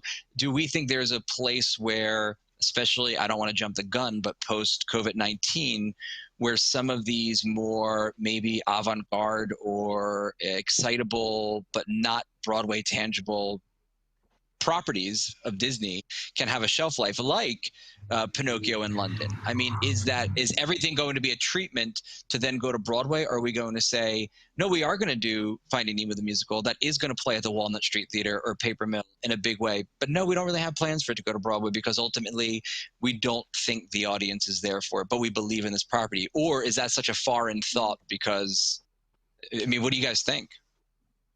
I think the reason that Hunchback came to Paper Mill is because it did fairly well in Germany, and they wanted to see how it would play in the U.S. Well, like Tarzan did the opposite. I feel like Broadway, and it didn't do well, and it's done great overseas. Like there's a long-running German production and like a long-running production in Australia, and those have succeeded far more than it did on Broadway, and the audience is different. I think, to Ted's point, I mean, it's just generally going to be what happens to theater when this is over. Like, will there be theaters that just fold because they didn't make any money for 4 months or whatever, you know? And to, you know, get money back, is everyone just going to put on The Music Man? You know, is everyone going to play it really safe and put on shows that they know people will come to, they know they'll be able to fill the house, so that they can just make money for a little while? And there isn't a lot of avant-garde theater because it's like, we need money. We've had no money. We need to make money. We got to do The Music Man is my joke. I always say, I use that as an example of like that classic show that, you know, people go see, and it's like, we'll just do The Music Man. Everyone will come. Fill the theater. The old people will give us their money, and it'll be fine. I do feel like after this is over, we might see like another revival of Hello Dolly, and maybe the next revival of Les Mis, like things that will pack the house. I mean, even the billion-dollar companies like the Schubert organization that own all these theaters, they're going to be hurting really badly after this. And I feel like guaranteed hits, like maybe they might even bring back Cats, God forbid. Rent, you know, things that they know will draw people in. I think we'll see less shows like The Drowsy Chaperone, for example, where it's like this kind of like weird sort of you don't know if it's really going to work kind of show.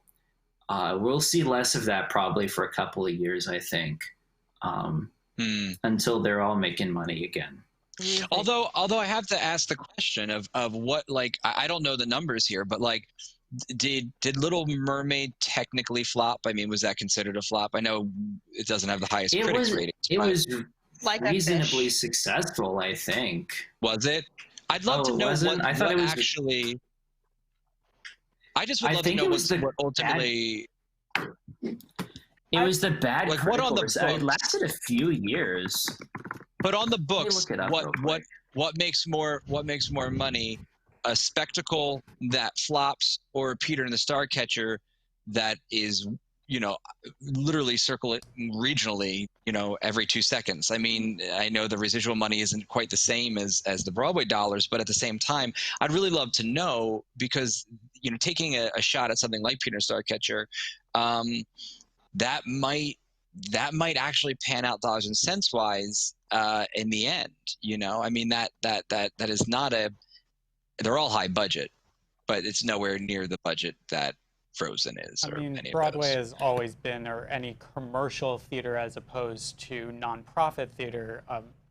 That's really the difference I noticed when I worked on Broadway, was like, oh, you really see the commercial side of it. Producers are in the room for every technical rehearsal, every bit of the show, and they're giving feedback constantly throughout. So there is a risk-reward aspect to Broadway that I think is still going to be around. I wouldn't be surprised to see some fresh things come, or fresh takes on some stuff make their way to Broadway, things that have a little bit of name recognition probably, but that are trying to push the boundaries. Like West Side Story was doing very well before this outbreak, and it's really because Eva Van Hoven took it in a completely different way than how it's been traditionally done.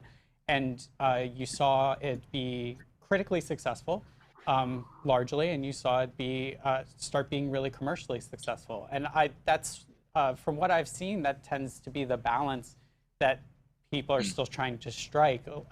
Like a Peter and the Starcatcher, they're trying to do something that's going to get critics excited, because then the word of mouth gets out, which gets more audience in the seats, which then leads to it having both a longer shelf life with Broadway, but also leads to places even like high schools being like, hey, we want to do that show. When can we get the rights for that? Regional theaters also. That name recognition trickles down from the city and trickles out throughout the rest of the country or across the world. And that's where you start seeing these things that people are like, oh, that was a success. I think where Little Mermaid struggled was it did pretty well by Broadway standards in terms of like bringing in income, but it wasn't a massive success in the sense that like they then had to take it in some ways, like Spencer mentioned, back to the drawing board at points and figure out how to market it again for people at the regional theater or TYA, Theater for Young Audiences, to gravitate back to being like, oh, that would be a good show for us to do. And I know they did a lot of work. And they just took that show on tour again. It went on a national tour like 2 years ago, I think. 2-3 years ago, they took Little Mermaid on a national tour again. And it did pretty well from what I hear. I mean, I just looked into it. The problem with the Little Mermaid was financially, but the critical response wasn't there. And it was well received by families, which is obviously the target demographic, but just wasn't it was, number one, it was bad timing because it opened in 2008. which was, you know, right when the economy went to hell. And so, you know, less disposable income there. But also just because the show didn't work in some parts and the critical response wasn't there, so they closed it for a number of reasons, including that. Right. So I mean, I do think, I'm sorry, I do think you're going to see some experimentation. I think you're going to see, you know, a quickening, because we'd already seen this previous to COVID, but you're going to see what's happening in the movie industry. You're going to have huge blockbusters. You're going to have your Bette Midler's Hello Dollies that are going to be playing Broadway, and then you're going to have very, very, very tiny productions that are going to try to strike it, you know, almost like an independent film would do, you know, just try to get those in. And you're not going to have a lot of in between those two. And I think a smart company like, you know, if Disney Theatrical is smart about this, their focus should be less on Broadway and more about touring, regional productions, high school productions. You know, what they've done with Disney Junior and Disney Kids is absolutely the right direction to keep going, because that's what's going to be a consistent source of income for them. And they could tour anything.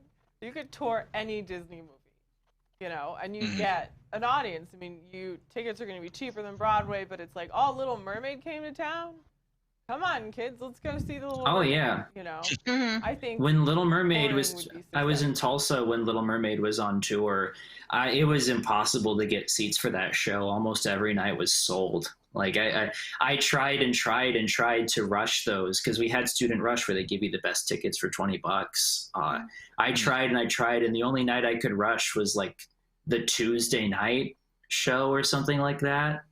All the other nights sold, because it was all families coming to see this show. I mean, the Disney shows, save for some more obscure properties like Aida or Newsies, the Disney shows are going to sell out or do incredibly well on tour just on name recognition alone.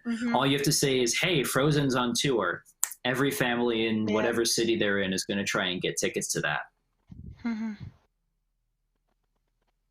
So I thought we kind of jumped ahead. I was going to talk about what happens to Broadway after this is over when we were done, but we did it now. But what was the shortest? What was the longest Broadway had been closed before now? Oh, like 5 or 6 days, something like that. And it was for a massive snowstorm that shut down basically the subway system, and that's why they had to put it on hold. But now, we're in completely unprecedented territory when it comes to Broadway. How long has it been closed now? 2 months? 3? It's gotta be like 50 days at least. Yeah, I think it's getting close to 60 days now. Yeah. That's a lot of vocal rest. Yep. And you said there are some shows that have just said they're not going to reopen. Oh, sure. I mean, and those were ones that were not expected to last past the start of the big final Tony season push. We see big ones that happen typically in the spring right before the Tony nominations are announced typically. They were supposed to get announced today, I believe, but unfortunately that's one of the other things that's been postponed now. But yeah, we tend to see a whole block of producers basically kicking out an old show and bringing in some new one right before the nominations come out, so everybody's like, oh, that's a great show, we should give them all the awards. So, you know, some expected ones like Beetlejuice was on that list, and it was very much expected to not survive into that or past the Tony nom area. Oh, that's too bad, too. And so they announced they were closing, I want to say it was about 2 weeks after Broadway closed. They just were like, okay, and we're done. That's it. Yeah. So yeah, there's definitely going to be ones that probably, I think there's going to be more empty theaters when stuff opens back up than when we left it. And I think, you know, if you look at Broadway, musicals are what run for 20 years. Like, musicals have the longest shelf life. Plays can run 6 months, less. They'll open a play, they'll do it for 3 months, and get nominated for a Tony and be like, we're done. So I think especially the non-musical shows, a lot of them won't come back. And I'm interested to see, you know, how long does it stay closed? Because, I mean, these theaters seat a lot of people, so, you know, what are you going to do? And how many more shows will just decide we're done, we're not going to, and they won't reopen? You know, is Broadway going to be half empty? What I do think we'll see, and And I know this from starting this work in regional theater again and slowly like piecing together what would be my next season. We're seeing a lot of conversations starting about getting the rights to be able to live stream or to film these productions and then do like a paywall kind of system where people pay X number of dollars to then have access to watch the show at home. And I think that's probably the most likely avenue, at least from my vantage point, of where we might start with live entertainment again, because it's going to take time to get this virus out of the public or get the herd immunity things and get the chance to actually have large gatherings of people and sort that out. So I wouldn't be surprised to see that as the primary means, especially for regional theaters to start off with. But I wouldn't even be that shocked to see Broadway do that, either supplementing lower house counts based on social distancing regulations and stuff like that, or as a way to get this kind of stuff moving forward quicker. I mean, Broadway almost always films their productions, at least for archival purposes in some way, and those tend to be available at libraries and that kind of stuff if you really want to, especially in the city. So yeah, you know, bringing in a camera crew, bringing in a professional production, filming crew in some way, and you can at least get the actors and the technical staff back in and be able to get something at least on the internet fairly quickly. So in case the audience doesn't know, Yeah, there's because this is related to that, theater's very unionized. There's the musicians union, the actors have a union, the technicians have a union, designers have a union, directors have a union. You're in a union, usually, mostly. And so, but when you're a union member, you know, shows are normally filmed, but if they're going to broadcast the show, you are supposed to get paid for every time it's shown. So like that was an issue. They wanted to do that live stream of the Disney on Broadway concert that was back in like the fall, and they picked a date, and most unions said it was fine, but the musician union said no, and so then they had to cancel it and renegotiate, and they were eventually able to play it. But so that's, you know, going to be not an obstacle, but just a thing. Colleen, I think for theater to exist in general, it's going to have. I've been saying this for a long time, and this is no disrespect to the business in which I've been able to make a career out of, but it does a nice job of killing itself at times, and it's going to have to cut its own red tape sooner than later and get over itself if they want to continue to exist. It's just the nature of the beast. It's make peace with it and move on. And this is what theater is now, because all of these rules and regulations, whether they be, union or otherwise, I mean, I'm a part of directors union, and when I read the fine print in there, it's crippling, so everybody has to kind of move aside and say, none of us saw this coming. None of us really know what to do. But if we want to take a shot at going back to what we were doing before, even in an altered state, we're going to have to move aside some of these petty rules that were there for a reason and for good reason. The unions exist because at one point or another, somebody was taking advantage of that actor, of that craftsman, of that director. I get it completely. I respect it completely.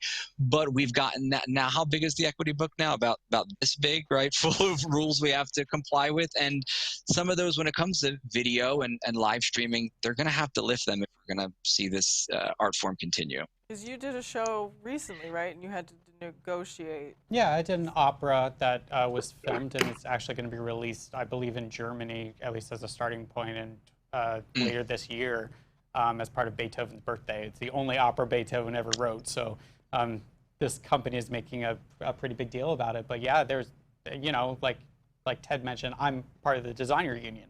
That's one of the ways that I make sure that I'm treated equitably in the workforce, and I get paid a reasonable fee in order to do what I do, which is work, and it's hard at points. But yeah, there's clauses that dictate, as a part of the union work, how much I'm supposed to get paid as a part of the filming process and anytime it's aired subsequently. And I do agree with Ted. I think I wouldn't be surprised to see equity in these other unions United Scenic Artists, which is what I'm part of, sign off on basically treating live streaming or recorded stuff as the equivalent of the live performance only to start. I wouldn't be surprised to see those negotiations happen. Just again, as a way to survive, as a way to make a living again for these artists who are very much out of work. And it's tough for us as independent contractors typically to get on things like unemployment benefits and things of that nature too. It can be a nightmare because you don't have that coveted W-2 tax provision basically saying, oh, this person works all the time, you know? So yeah, I'd see a lot of people just, I wouldn't be surprised to see members even just reaching out to their union rep saying, yeah, I'm okay with this. Like whatever gets me back to work, whatever allows theater to survive, because it will survive, but it's going to take some ingenuity, I think, at this point to figure new stuff out. But we're going to see a lot of, I think, avant-garde ways of doing theater as well pop up. There's already a bunch, even for like our seniors at UCF, at University of Central Florida. Our music theater students had to figure out a way to perform their basically final recitals via Zoom video conference sort of interface. And we're starting to see design elements maybe get integrated into that as well slowly. And I believe it's the New York Times actually just did a really interesting article about like, okay, don't leave designers and directors and some of these other people out of these video conference interfaces now. Let's, you know, lighting designers, you can still advise people as to how to best look on camera, how to best set up the lighting even in your apartment to help with this live streaming aspect, costume wardrobe, all that kind of stuff. There's still choices that can be made, and we're starting to see people find those creative ways to do small theater-like production things on a different platform. I really think that I think that one of the manager for, while they have postponed all of their performances, they are doing rehearsals via Zoom. Because it's for it was a company we did theater with and for adults with intellectual disabilities, and it was amazing. Like, it's an awesome place. Oh, we lost David. Good. I don't know if he's coming back. He's back. And so part of, you know, the whole thing was, part of the purpose is to, you know, serve this underserved community and have them interact with people and to keep them engaged. And so it was like, well, we can't just stop doing anything, because that's the whole point, is to keep these people engaged. And so they have transition rehearsals to being via Zoom, and we would do theater classes, and they're doing them via Zoom to, you know, try and keep people engaged and keep giving them, you know, performing opportunities and stuff. Spencer. I think one of the great challenges of Broadway right now is, like, I think it was Ted said, they tend to step on their own toes and kind of be the death of themselves sometimes. One of the great limitations, obviously, of these giant productions is that not everyone has the means to make it to New York or to London or to Berlin or Sydney or wherever that these shows are being performed.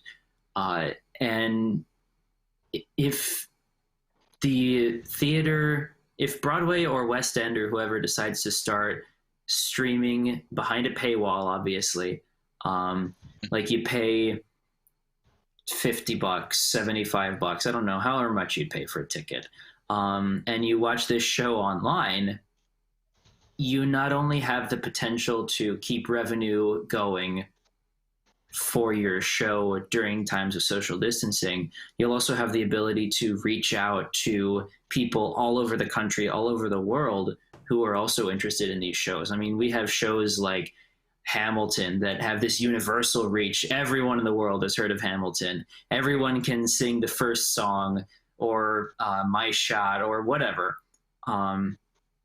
putting a show like that, for example, behind, say, $50, $75, you know, even I think you get a bunch of people together, you know, $100, see the show live, you're reaching out potentially to not just 1,000 or 2,000 people, but maybe 10, 20, 30,000 people who would want to see this show. I really think that putting Broadway online in some form will not only be an adaptation for now, it will be for the future, continuing the survival of the industry, because you'll never be able to replace the experience of sitting in the Richard Rodgers Theater and watching Hamilton, but you can do the next best thing for the thousands or millions of people that can't come to New York City or can't come to London for whatever reason. Yeah, but I think there's, you got to go one. Go ahead, David. Sorry.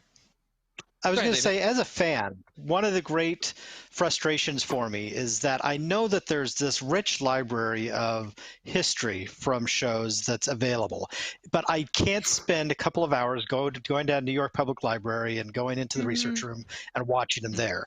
So it's like it's almost there. I just can't reach it. I can read about these great performances of the past, but I can't see them. So I think I really like Spencer's point. Now, the caveat to that is you got to make sure you're doing it in a way that's not, first of all, taking away ticket sales for the live productions. Yep. So you might have to not show any of the currently running shows.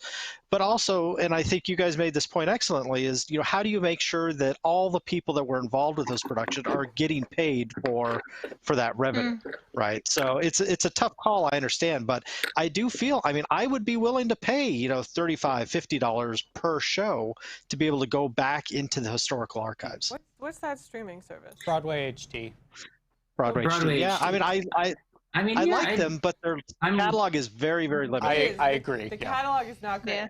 But so you know, you have that I would platform, absolutely. It already exists. You could just put more shows on it.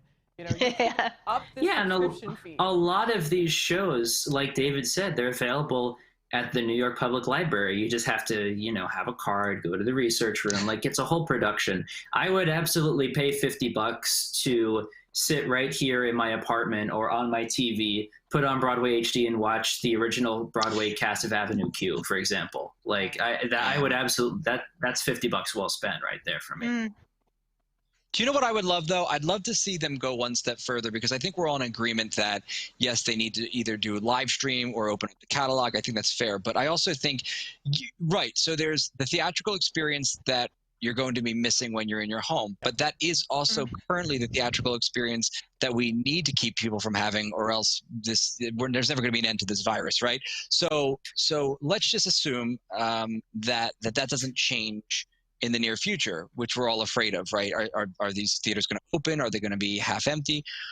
But using New York as an example, I would love to gain some of the experience I get from seeing a Broadway show. So go with me here. Like, for example, yes, I want to see the original cast of Avenue Q, but limit the amount of people that can see it. So now there's supply and demand. Now let me wait in a queue to get Avenue Q. Like as if I'm getting Student Rush. I don't get Avenue Q, but I can get Phantom. Oh, let me get Phantom before that. Now I'm getting a little bit of that excited. Oh, I'm like, I got chills. I'm excited now, right? Now I'm like, oh, I'm waiting in line. What can I get? Now everyone's here. Then it creates this sort of, did you get this show? No, I got this show. Well, come over here. Let's watch this. You know, let's watch Hamilton at my house and we'll do this.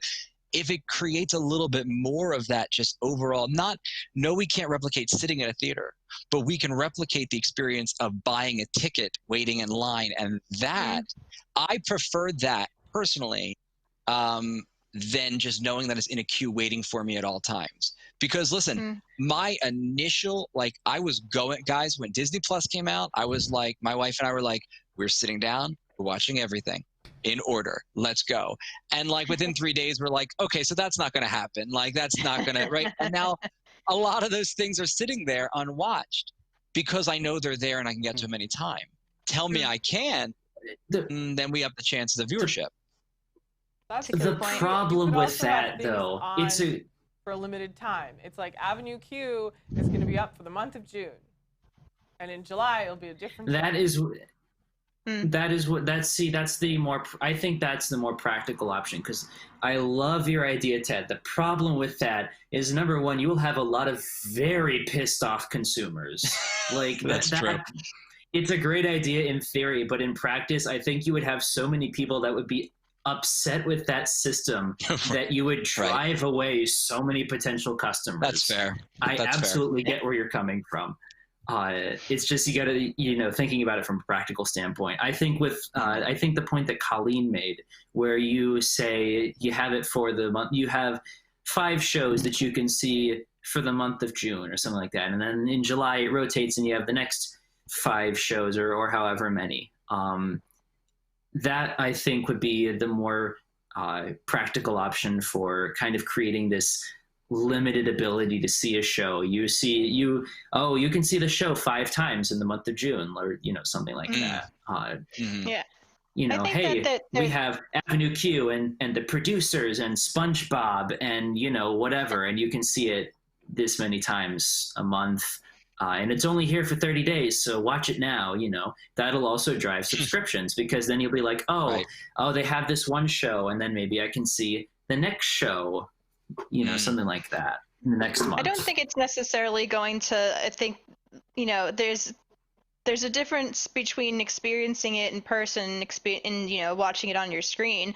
I don't think that's going to necessarily drive down too much attendance to the Broadway shows themselves. It might, for some people, it might drive a little bit more interest. And, Disney was afraid of that happening, years ago, when you weren't allowed to film anything. You weren't allowed to film their shows. They would tell you to put your cameras down. They would yell at you. You cannot film anything, because they were afraid that, people won't want to come to Disney. They've already seen the Little Mermaid, the Voyage of the Little Mermaid. No, I'm still going to go to Disney and see the show. So I'm still going to go see it, even though I can see it on the screen. Oh, yeah, go ahead. I'm going to interrupt you for just 1 second, because that is how things still are here. You can't film anything. Like in the indoor theaters, they don't let you film anything. No cameras, no video cameras, no phones. Like, they get so upset if you have anything out in the indoor theaters. And when we did media for Very, Very Mini and Pixar Playtime, they didn't tell us until after we had uploaded these videos to our YouTube channel and they'd started gaining traction. When we did media for these shows, we were allowed to film them from like these really special places, but we aren't allowed to upload more than 5 minutes of anything that we film. Wow. It's the stupidest policy. And they're like, well, if you show the whole thing, then people won't want to come to Tokyo Disney. I'm like, we are promoting to foreigners. Yeah. These are people who might not come anyway. It was a whole thing. I'm sorry. That just whenever people say that you can't, that is exactly what the logic in my head was. But it was anyway. Whenever people say you can't film in the parks, I'm sorry. It doesn't make me want to not go on the ride. Yeah, makes me want to go on that is more. exactly the. Yeah. That was my thought process. I see that. I want to experience that too. We're showing these shows or these rides to these people in the U.S. who you're trying to target and like trying to get them to come to the parks, and it makes them want to come more, but they wouldn't listen to me. So. And I think if the musical went up, and it's a musical I've always wanted to see, and I watch it, and it's great, I'm still gonna want to go see it. If there's a musical that maybe I wasn't super interested in, and I watch it and it's like, that's fine, then I won't go see it, but I wouldn't have gone to see it anyways.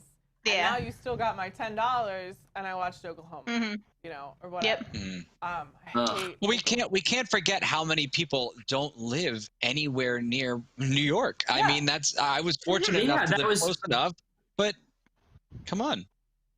Yeah, and that was one of my points. Is there are so many people who can't make it to New York or to West End or to wherever. You have this huge potential market. They'll see the regional shows when it comes anyway, but you might as well reach out to them with some form of digital engagement. I think that when Hamilton hits Disney Plus next year, or it's Disney Plus, right? Or is it Netflix? I don't remember. I don't know. Somewhere. I believe it's Netflix. I We're don't gonna think be it's able to Disney watch Plus. I could be Hamilton. wrong. That's all I care. Wherever it is, I thought Hamilton was coming to Disney Plus, but wherever it hits, It's Disney got the rights, Oh, then it's Disney Plus. so probably. yeah, Disney it's Plus. it's Hamilton's coming to Disney Plus. That's right. It hits theaters next year, and then it's going to Disney Plus. So whenever Hamilton hits Disney Plus, thank you, Chad, as well for helping me with that. I think that it'll spark this huge interest, and if we aren't hitting that wake up call with how Broadway needs to engage people digitally already, maybe, once this is all over, like Hamilton is doing, release it in theaters and then it comes to a streaming service. People will still pay to see it in the movie theater. They'll still see it when it comes live. They'll watch it on Disney Plus. I mean, that when you have fans of something, people will watch the movie for The Little Mermaid 5,000 times, and they'll go see the show when it comes. They'll watch Hamilton. They'll listen to the soundtrack. They'll see it. Like, there's the thought process that goes around that digital engagement, showing off your show, particularly, especially at least after the initial time has passed where you're, trying to make as much money as possible. Once you've hit that point and you have all of these people who want to see your show, I think digital engagement will bring in so much more revenue. There's just so much opportunity I feel like is being squandered. And I hope with this, they realize the potential they have with the digital engagement market. Yeah, and it's not just the cost of the ticket for the show itself. It's not just that. It's, do I have the money to make the trip out with my family to New York City or to these cities where the shows are playing, and I'm already paying all this money for the ticket itself? There's so many more other expenses that go into it. Lodging, food is real expensive in the city, transportation, just the physical hassle of getting there. And it's, not just necessarily New York City, but, some other major cities where some of these would tour. It's just not worth it for a lot of people who would be interested, but just can't afford to make this whole production or whole weekend or day trip out of going there. So having this is going to give a lot of people in more rural areas or people that don't have that level of income to make these trips access to this art form. You're right. And I agree with that concept. I think that's what kind of scares people, though, producers at least. I don't remember where I heard this, but it was about Come From Away, right? They said the first 500 performances. That's a great show. I love it. But the first 500 performances, the locals will support it. Anything above 500 is almost exclusively out-of-town people that are supporting it. So now if you say that you have a portion of the population that aren't going to come to New York to see a show because they're going to be able to see it digitally, now you're closing that show down earlier than it would have closed previously. So I think that's the concern. And that's where I think you got to make some rules about currently playing shows. Okay, but David, what about like blackout like you do with sports? I mean, could go with a similar theory on that. Exactly. Yeah. That's what I'm saying. Yeah, if you have a currently running show somewhere, you got to black it out in a region. Mm-hmm. I think that you, for example, you would black out shows in New York, just in general. You're already in New York, you're in New Jersey, you're in Connecticut. You have easier access to the city than anyone else. Where you start, and of course, where we have long-term productions like how Matilda settled in Toronto for 2 years, places like that, or how Hamilton was in Chicago for 2-3 years.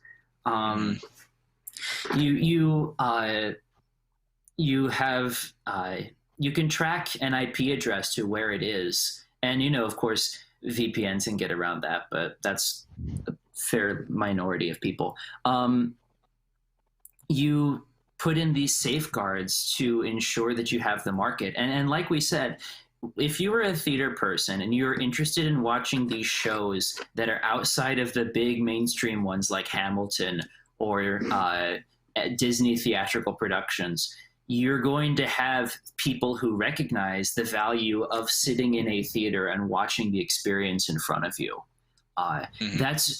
That's revenue that still won't be lost, because I mean, I've seen Newsies on Netflix about 3,000 times. I'd still pay to see it on Broadway if it comes back. Well, I think what David said earlier, there's a lot of theater. There's a lot of shows that have been on Broadway. You could just put shows that aren't on, like shows that aren't open, and that'd still be a whole catalog of things you could charge people money to watch. Yeah. No, absolutely. Years of stuff you we're can just put talking on without it affecting something that's currently running. But nothing's running. But there so still put needs it to out be there. a balance between it's also current just work right and past now. Work. Because for me as an artist, I'm more year to year at certain points as to like what I'm doing and the income I'm making off of that kind of thing.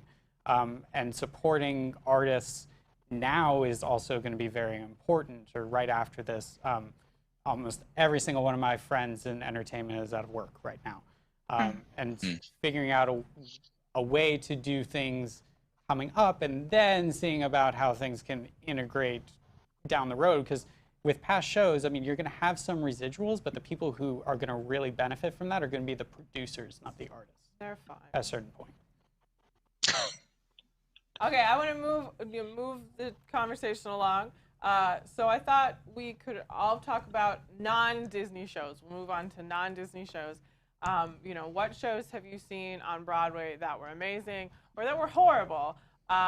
You know, what's your favorite, you know, show that you've seen on Broadway? And it, obviously, you know, it doesn't have to be a musical. My favorite show, well, maybe it was my favorite show. I don't know. I saw Dirty Rotten Scoundrels on Broadway with Jonathan Pryce and Norbert Leopold. And it was, we went for like a school trip, and we saw Rent, and you know, that's what everyone wanted to see. You had to see Rent, which my mom and I were kind of like, that was good, but I think this would have been a lot more meaningful 10 years ago, and I'm not like as affected as I think I should be. But we saw Dirty Rotten Scoundrels, which I don't know how. It must have just been what the teacher could get tickets for. And afterwards, my mom and I were like, that is the best show I've ever seen. It was hilarious. We loved it. Now, it's based on a movie that is just okay. I mean, it's okay. Sacrilege. I don't think the movies, I think the musical's better than the movie. It has great songs. It's just really funny. You know, we loved it, and we loved these characters. And there was this great moment at the end where, you know, the older gentleman who's British, and he says something about going home, and the younger character's like, oh, London, and then he just names some random city, and he does some random accent, and you could tell that, like, he must say something different every day. Because they were on this little turntable, like in beach chairs, and you could see Norbert Leopold laughing, and it just had to keep going around until, like, he could say his line. And our teacher went on this whole thing about, see, that's breaking character. And I was like, that was hilarious. I don't, you know. I like to see that they're enjoying themselves, and that Jonathan Pryce was like, Milwaukee. And then, you know, they just laughed for a minute. And that was great. So that's a show I loved. You know, it wasn't on Broadway a super long time. They have been, I don't know if it's confirmed, they've talked about making the musical into a movie, which would be cool. Or it could be horrible. You never know with that. And then I can't imagine that movie without Steve Martin. Rob took me, was it last year, the year before? I don't know what year it is anymore. We saw Cursed Child. It was last year. Cursed Child is the most incredible thing. And I will say, I'm a huge Harry Potter fan. I read the script when it came out, and I was like, this story is crap. I'm like, I hate this. I hate this so much. And most people I talked to, I saw there was a definite split. People who are like hardcore Harry Potter fans, like me, hated it. People who just like Harry Potter, like a normal human being, like Rob, were like, no, it's fine. And hardcore Harry Potter fans were like, no. But seeing the show was a totally different, I mean, it's totally different than reading a script. I think, you know, part of, they released this script, and I don't think people were prepared for reading a script versus reading a book, because it's not the same thing. Yeah. You know, I read scripts all the time, so it was like, that's fine. But even as someone who like, you know, has to read scripts professionally, I don't like reading scripts. They're not like meant to be read like that, and it, you know, it's not as fun. But it is the most incredible show I've ever seen. And like Ted was saying earlier, they basically built a theater inside the Lyric Theater. And it is themed to Harry Potter, the carpet, the wallpaper, you know, paintings on the walls, like, and it's subtle things, like, oh, this one wallpaper has snakes in it or whatever, you know, it's relatively subtle, but I took pictures of like every surface because it was amazing. Yeah.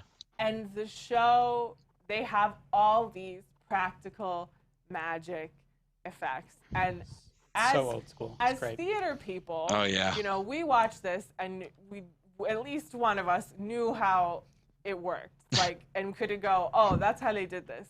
But it was cool, Yeah. like at intermission, I mean, it's 2 shows, there's 2 intermissions, there's basically 3 intermissions.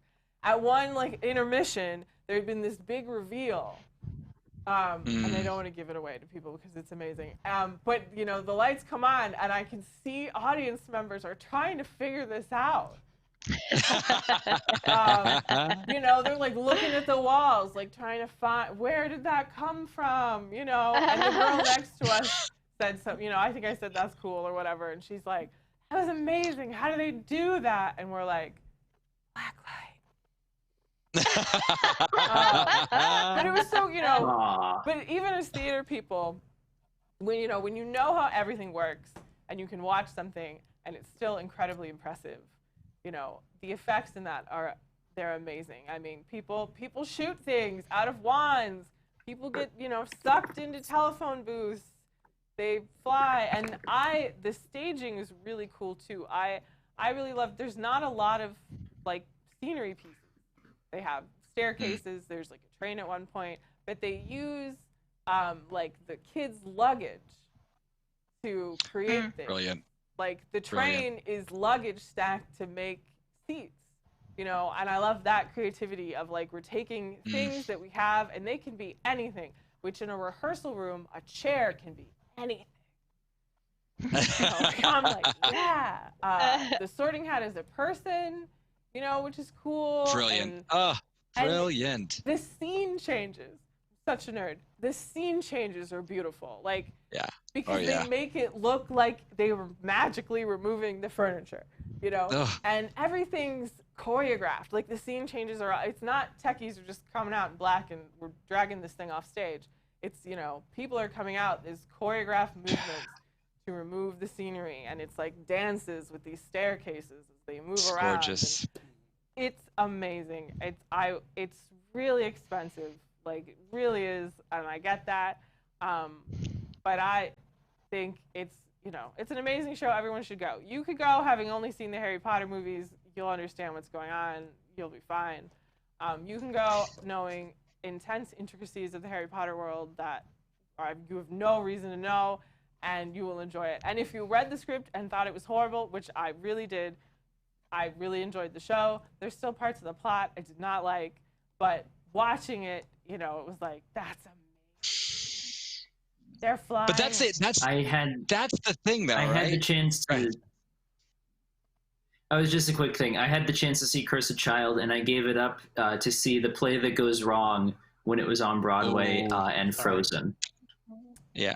Poor choice. I'm sorry, those were both. Those I were mean, both- yes, it's a brilliant play. Frozen was Comparatively, okay. though, I'm gonna say. Frozen was good. It wasn't great, but it was good.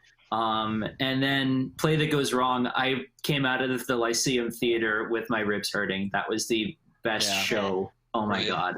It was intermission, and I bought the little book of the script they were selling because it was just so ridiculously funny. Sorry, that was just a quick thing. Bob has like, No. I would have walked out of the Lyric Theater with everything they sold. Like, everything. You know. Did you see both parts together, Colleen, or Yeah, did you split we them saw up? it the same day. Okay. So Me too. You know, I Yeah, me dressed too. up. I have a like Ravenclaw ball gown. Rob has a Hufflepuff tie. We're huge. Yeah. I don't know. I have a Ravenclaw purse. Like, I was all ready. And we went. They have like they kind of created their own logos for the houses. Crusts, because like the movies have crusts for the houses. There's crusts on like Pottermore that are different. There's crusts from like original merchandise, and they have their own crusts for the houses too. But they have banners you can pose with and stuff, and you know, stuff's for sale. And I'm like, I need everything. I need to buy everything here. And Rob's like, no. Like we each got shirts. Last night on the Universal panel, I realized I didn't actually own a shirt from Universal. Like I have a whole drawer of Harry Potter shirts, but they're not from Universal. But I wore my Cursed Child shirt, you know, with the Ravenclaw crest on it, and I think I got a patch and pins. Definitely, I always buy the souvenir program. Always buy the souvenir program. They're great. Rob got a shirt and a keychain. I think that's it. And then I'm like, how many people can I buy gifts for? Rob's like, your sister. Like, your sis, that's it. Because I'm like, I want you to get Shannon. Can I get Lindsay this tonight? And Rob's like, no. You can get Shannon a pin. Well, to Allison's point, it was just expensive to get up there. We were living in D.C. at the time, so it was a train ride. But and we were lucky Rob's sister lives in Astoria, so like we slept on their pull-out couch. You know, we didn't have to. But, you know, we paid for, you know, the train and the food and, you know, these insanely expensive theater tickets, and I wanted to buy everything they were selling, and he told me no. I have an allowance. I don't. My money is not my strong point. And yet you tell Tom off whenever he makes me buy crap. I don't tell. Tom can do whatever he wants as long as he pays me. I don't care. I don't like it when I have to then handle the crap. When it's like, here, Colleen, unpack all this. I'm going to watch you and critique how you touch things because you're not careful. I can't wait until they're accepting packages to the US again so I can send you the giant boxes of crap I have in my apartment and hear about you sorting through them anyway. I know. And there's boxes of crap surrounding his desk, which like we don't actually sit in the office at our desks anymore. We just sit here because it's just the two of us. And I'm like, take this home. And he's like, I don't have room. And I'm like, we don't have room. Anyway, theater. Cursed Child's amazing. Ted, you've obviously seen it as well. Sorry. Oh my goodness. I mean, talk about getting it right. I that to me, special effects aside, because it's not always fitting with every production, I think what they did to that theater and the treatment that they gave it, and also the marketing too, which shouldn't be overlooked. I think they did everything right. I think that I truly believe that's where theater is going. That's where Broadway is going. It almost has to I hope so. rival. I do too. I think, you know, listen, the special effects, for example, I think there are two kinds of people. There's the kind of person that says, how's the magic trick done? They find out and they go, oh, well, now I know how it's done. And then there's us, right? We find out how it's done and we're like, I'm even more obsessed, show me again. Because that's Imagineering. I mean, that's what it is, right? You know, it's like the more you learn, you even respect it on a higher level and you're still amazed and still dazzled. It did that effectively. You know, we were joking about Cats. And I want to say, I really couldn't tell you what my best, you know, what my favorite experience was going to Broadway or regional theater. It would be hard for me to really categorize that. I'd say that I did see Cats, and I think there's an important lesson to learn about that show. They did retrofit that theater, and that really took people by storm. They put the audience on the stage, which was remarkable. They made the theater into a whole trash pile. That is amazing. You can't overlook the fact that, okay, as weird as it is to us as a current generation looking at people in that garb and such, at the time, highly evocative, never anything like that. It lost some of its charm. In London, it had a little bit more charm. It was a little bit more found. Broadway sort of, you know, mega-sized it. But if you want an example of brilliant marketing to fool people into believing that something is better than it is, Cats takes the cake. I mean, absolutely. Like when you look at what that company did to convince people from overseas, no, this is the one you want to see. I mean, this is it. This is, and it's like, it's founded on nothing, but at the same time, they did a great job. Cursed Child doing the keep the secrets. Is that what they say? Keep the secrets. That's like the pin they give you. Hand out buttons, so don't spoil the show. And I think that's great. And like for me, I don't care. I kind of want the show spoiled because I can appreciate it, right? But like at the same time, that piece of marketing to sort of keep that kind of thing going post the experience brilliant. It reminded me of Cats in that way, not the shows at all. But Cursed Child was just, I mean, it was just, I loved that the Sorting Hat was a person. That's that kind of Peter and the Starcatcher thing, you know what I mean? It's I got chills. It's earthy and it's found and it's just right. And it's theatrical in a way that people that have that sort of higher intelligentsia for the arts can get and latch onto. But it also has some of that low-hanging fruit, like, look, everything's glowing. And you're like, that's really cool. And there are also moments there that they were doing tricks right in front of your face that you saw how they were doing them, and I thought that's often overlooked, like some of the flying stuff. Like, we as an audience can see it, but it didn't lose its majesty because the whole show just kind of enveloped this. I just can't say enough things about it. I mean, honest to gosh, I mean, I'm the, you know, I'm the Disney nut in the family. My wife is the Harry Potter nut. Well, I should say I'm the Star Wars nut. We're both Disney nuts, and I kind of took her to see it. It was kind of like a birthday gift for her, even though I did want to see it. And I feel like I treated myself that day because I was just like, I can't believe I'm seeing this. Like, I'll be honest with you guys, despite this panel's title, I love and have a lot of respect for Broadway, but probably the best theater I've seen has been in regional theater, to be quite honest with you. A greater variety, more risks being taken, more diversity, a little bit more of an open palette.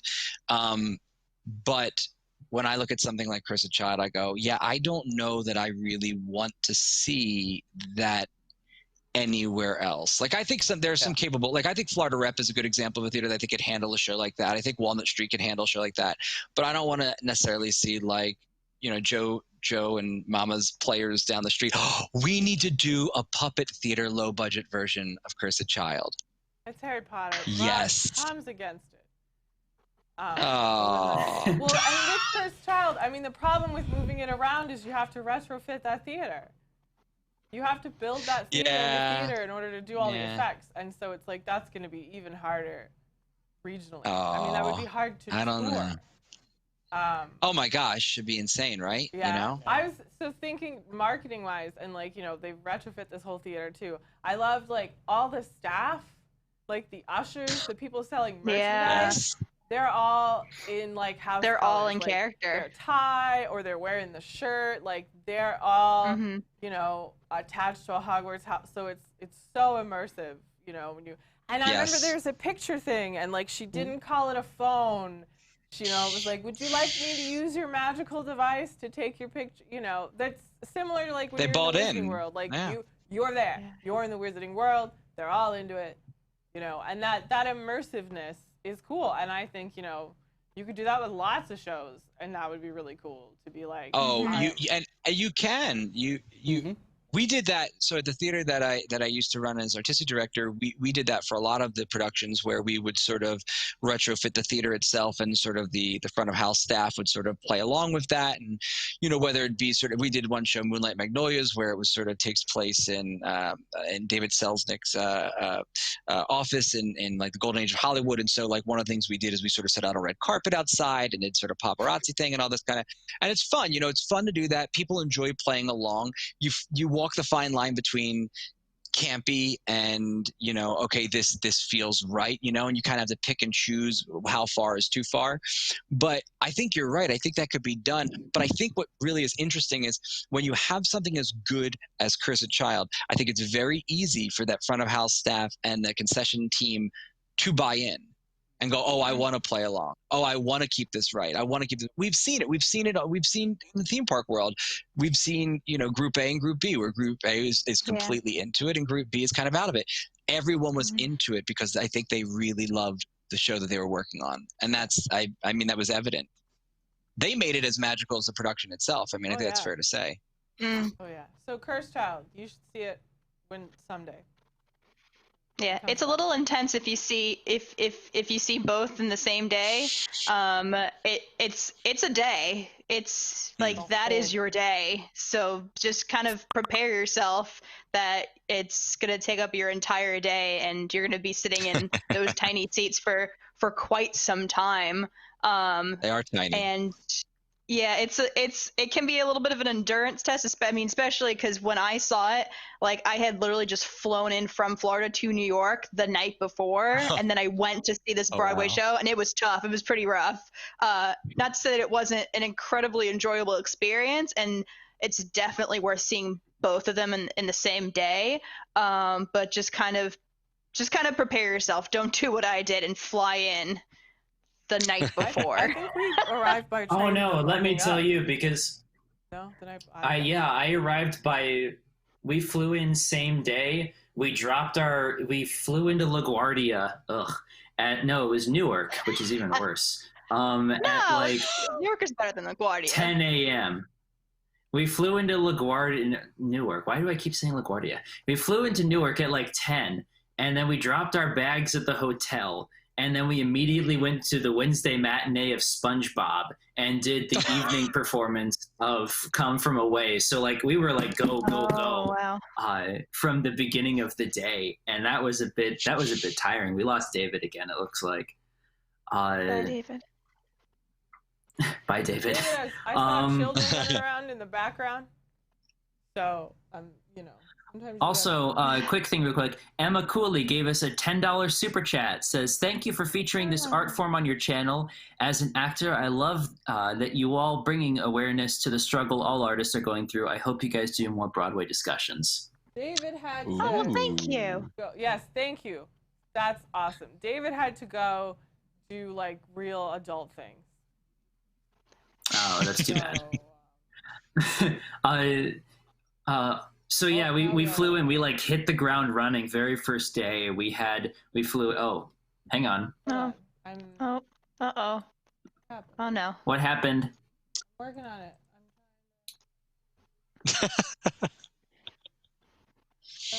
I'm just gonna. You should see what's happening, audience, viewers. It's amazing what's happening.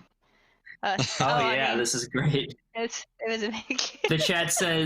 The chat says, I've gone blind. Oh no, it's not good. Get us back to there you go. That's Oh what, yeah. That's what I was We're attempting back to on do. YouTube. I've been running vMix for a month now. It's not intended to be my job. It just became my job. I was gonna learn how to do vMix, but Jason never taught me. So Yeah, Jason- anyway. It's Jason's fault. I It need is other people Jason's to know how fault. to do it. Anyways, theater. I want to hear more about awesome theater. So for the record, I love SpongeBob. I'm one of the 5 people on the planet who adores that show from beginning to end. I think it's so good. Music is I good. went into that show. Expecting to hate it. I thought it would be so bad. I was dreading it when they said, "Oh yeah, our first show is going to be SpongeBob." It was a thing for my graduation. My high school does annual trips to New York. We see like 6 or 7 shows in the span of 4 or 5 days. Anyway, so they said, "Oh yeah, the first show is going to be SpongeBob." I'm like, "Crap. This is going to be so bad."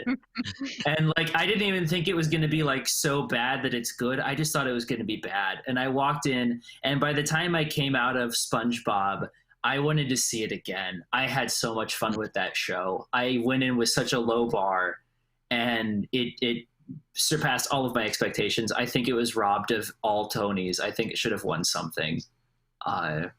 And for the record, The Band's Visit is terrible. I thought that was a bad show. But anyway. My parents saw that. They loved it. Oh, I hated The Band's Visit. Spencer, you have Anyway, weird opinions. I do have weird opinions. Immediately that same day, the evening show we saw Come From Away, which I adore as well. That show, like, I was 1 year old when 9/11 happened, and I felt like this connection to what was going on just from watching that show. It was such a raw, real feeling in Come From Away. Incidentally, I had the choice to see Come From Away or Hamilton, and I chose Come From Away, and I do not regret it at all. Let's see, what else did I see? I saw Dear Evan Hansen. I don't know why everyone likes it so much. The main character is a jerk. Evan deserves everything he gets coming to him.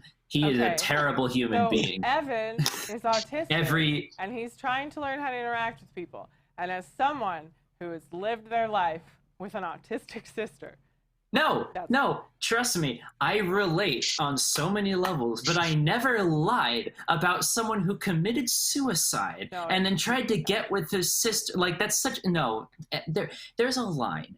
I love the that music. The music in Dear Evan Hansen is great. I love those songs. I've never seen it. I just listen to, the music, that's the thing. People like it because they've listened to the music, but when you actually see the show, you realize that Evan is a jerk. Like, even if he is struggling socially, he's a jerk, and he totally deserves everything that comes to him. And the ending was ridiculous. He should not have... No, I'm not going to spoil it. I don't know. I actually haven't heard anything for the last 5 minutes because I'm still stuck on Spencer being one when 9/11 happened. I don't know if anybody else has taken a little back. Yeah. I got to go get my pacemaker. I'll be right back, folks. I'm sorry, Ted. I'm one of the young... I'm either one of the youngest or the youngest person on staff. I'm still not sure. But whichever one I am, I'm the one who gets made fun of for the most. Alicia was last night. She mentioned something about, like, I don't know, she finished college in like 2016, and I was like, oh, you're a child. I'm a sophomore in college. This is actually a theater story. Let's see here. We move around a lot. His theater. And, Rob went to grad school, so, like, we moved to Maryland and stuff. And I did a lot of work at the Shakespeare Theater in D.C. And I was on, the run crew. And there was this point where the, like, head, stage ops person was now younger than me. And, like, all the other run crew were younger than me. And I was like, this is my last run crew. Like, I'm not excited. I'm too old for this. I'm older than everybody. They're having an in-depth discussion about, like, the Jimmy Neutron movie, and I'm like, I've never seen that. And they're like, what? And then it was like, when did that come out? And I was like, oh, I was an adult. We've got a couple people in the chat. When it was suddenly like, everyone is younger than I am. And I'm like, If you want to feel even older, we've got 2 people in the chat who said that they weren't even alive when 9/11 happened, and that makes me feel old. So I don't want to hear about that. I don't want to hear about that. Let's see. We talked about the play that goes wrong already and how ridiculously hilarious it is. I was dying from the beginning to the end of that show. I will give anything to see it again. Let's see. Frozen, we've talked at length about. And the last show I saw was the revival in the Theater in the Round revival of Once on This Island. Oh, nice. And that was probably my least favorite show that I saw on that trip. Wow. I couldn't. I did not like it at all. It's a nice show. Don't get me wrong. I just think that the production, doing it in the round, was not a good choice. I think that it's better in a traditional stage setting. I don't think it works in a theater in the round. That's the only reason I didn't like that show. It's interesting that you say that. I did not have the luxury of seeing it. I did see Rocky Horror like way back when it did play in that same space, and I thought that was a great example of a show that has more misses than hits, but given its cult following, we all kind of have like a space in our heart for it, right? They knocked it out of the park, and it being in the round, I think, did a huge service to it. And it's crazy. I saw it like that's a great example of theater magic, right? So the space, I guess, and it can fold in itself, right? So it started, and there was these sort of old-timey theater seats, right? And then they would close, and then this becomes the dance floor in which they work on. So there's no way to really kind of like go in and out of it, right? Because you already know how the mechanism's used. And during There's a Light, all the phantoms sort of go into the center of the circle. They all kind of put their hands in, and they sort of do this sort of flower out thing, sort of like what you might see in like an Aquarius and Hair or that kind of thing, tribal dancing. And Riff Raff sort of like pops out of it, and he's like on his tippy toes, and he's singing his little solo there. but you never see where Riff Raff came from. So I'm like, wait a minute, how? Like, there's no way he came from the stage. What happened? So I saw it again about a month later. Same thing. I'm like, I don't get this. Like, I really, you know, like you get, you know, this is your livelihood. You know how these things work. What's going on? And the third time I saw it, I saw Riff Raff crawl on his hands and knees from the lobby onto the stage. It's not a trick. But it was so magical. Everything was going on around me that I never stopped to think, oh, he's crawling like a mouse on the stage floor and then appears out of nowhere. It's just a great example of sort of that same cursed child thing, you know, where you kind of, it's obvious. It's more obvious than you think it is, but there's so much majesty going on around it that you can't wrap your head around it. But that's a good example of a show that I think is nowhere near as, it doesn't have the pathos that Once on This Island has, and yet I think it might have played in that space to its credit, as opposed to what you're saying with Once on This Island. It's interesting. I didn't have a pleasure to see it. I know it got a lot of rave reviews, but I'm not sure if that comes from a generation that wasn't familiar with the material. I had already been familiar with it. The acting was great. I love the story. The music it's not memorable. Like, you won't be singing it on the way out, but it's good. And Lea Salonga in particular was a fantastic performer in that show. Yeah. That was a privilege to see. I just didn't like the in the round staging, and maybe I just had awful seats, but it felt like they were still playing it like it was just your traditional proscenium. They were mostly facing in one or two directions. It didn't feel like they were playing to the whole theater as much as they really could have. In the round is hard. Understood. And If they had, you naturally some part of you decides on a front. it does, yeah. When you're working in the round, it is difficult. Yeah. And so some part you have to, and usually even when you're blocking it, because it's hard to block. I mean, it's hard to block in the round. Somehow, because wherever like the director is sitting, ends up as like the front, and a lot of times they'll sit in the same spot the whole time. And like, yeah. Yeah, that's very wrong. incorrect. When you're doing in the round, you have to move your perspective to make sure that you're getting the blocking to fill the space. You're just blocking in some rehearsal room. Like, it's hard, and your brain wants there to be a front. Like, this is the front, these are the sides, that's the back. And so it's hard to be like, I need to continue moving. The last show I ever performed in was senior year of high school. You know, I achieved the theater kid dream. I was the lead in the play, and I actually did my audition at Shenandoah during the run of the show, and was able to be like, I'm the lead in the play. I never want to do that again. Backstage thing. I think we need to roll tape. My dad videoed it.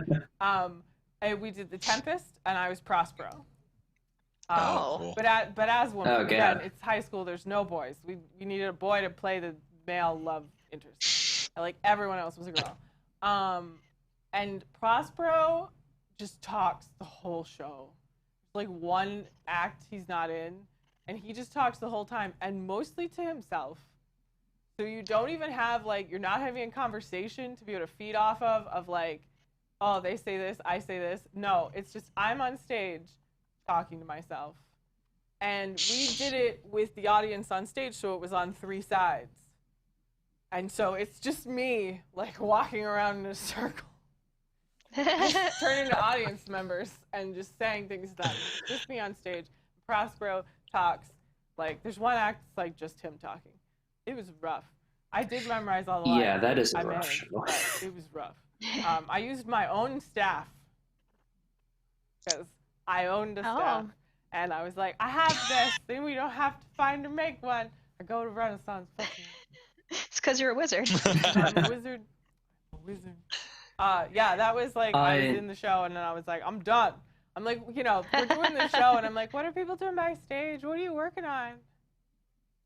In the round is really challenging, and you have to have the right directors for it, especially. It wasn't really the fault of the actors in the show. It was the fault of the director and the blocking choices that they made really with that show. But I'm gonna tell you, I felt actors there are the was worst. so much. Actors There are was the so much weak link potential. to theater. Don't say that. Oh, We don't have jobs without them. We don't. They're really necessary, but some of them Oh, don't. are nuts. Some of them are Yeah. lovely. He's censoring.